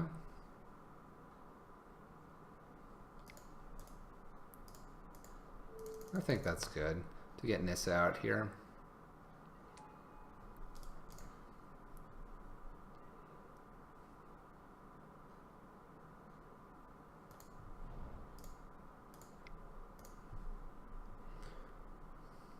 If we draw like a Summoner's Pact or something like that, we'll be looking good here. Then we can finish off our opponent.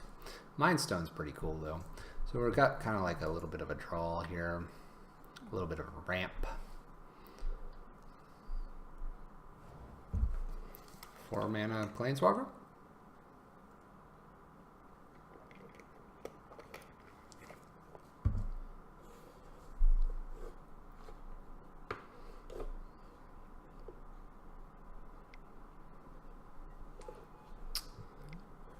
Pyro Bomb. Okay. Killing our bird.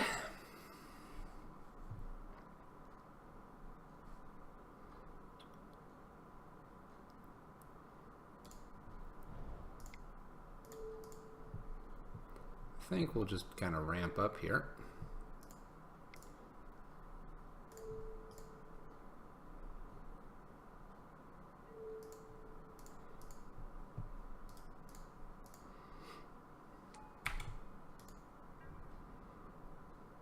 We'll attack in. We really just need one of our like win cons here.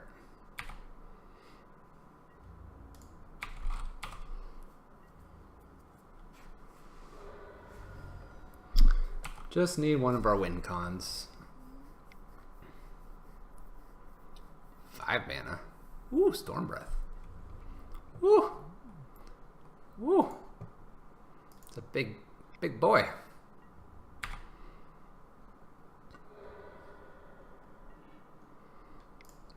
Alright, we'll dig, see if we can find anything interesting on the top of our deck.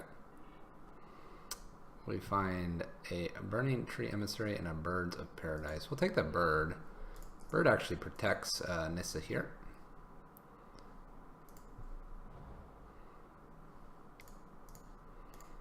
I think we'll just play out everything here.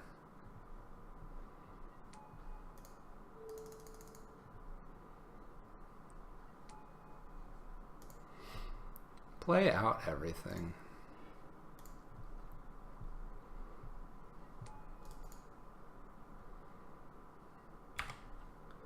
Why not? We had the mana. Let's just crack this now. So I can F6. So I can F6 and get through this. There we go.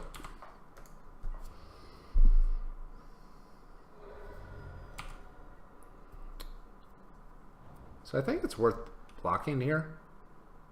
Because then we can like pump everything once. Unless they get like, well, no, they get a second storm breath. Ooh, Chandra. Ooh, baby. Ooh, baby. Redirects to Nissa. Hey, I love Chandra. Chandra's awesome.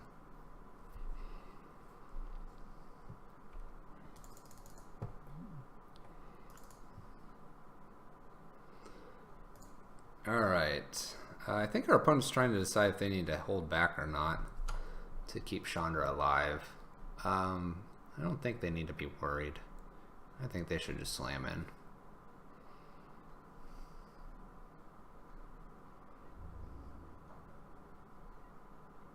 Oh, but they hold back. They don't draw anything interesting. We'll just pass. We're looking for one of our big payoff cards. Like a Summoner's Pack would be a win here. Acidic Slime would be okay, but not great. Prime Time would be good. Would get a Sarcastic Wolf run. Hey, it's Molten Rain. I would, well, I don't know what they have in their hand, but I would cast that and get rid of our Nykthos. Or our Forest. Yeah, there you go. That was the play. Oh, baby. It's Big Daddy Koth. Yeah, so what's fun finishing out the night with this deck, or playing against this deck, is that this is one of the versions that you'll see. It's called more Scred, but it's doing the same thing as the Pyro Prison deck is doing. And there's one of our payoff cards. I think we have enough here. Just getting a little lucky there. Getting a little lucky there. I don't mind getting lucky sometimes. So Summoner Pact or other things would have done it as well. So, but what's kind of fun about the go wide green strategy is unless they have like an anchor or something, you'll get there. They were probably looking for a Ensnaring Bridge or Anger or other things, but I do like the Storm Breath Dragon version. Alright, with that guys, I'm going to call it a night. I appreciate everyone tuning in. Thank you so much for the feedback, support. Thank you for hitting those follow buttons, those followers that did. Everyone have a happy holidays. Guys, take care. And I'll catch you next time. Peace.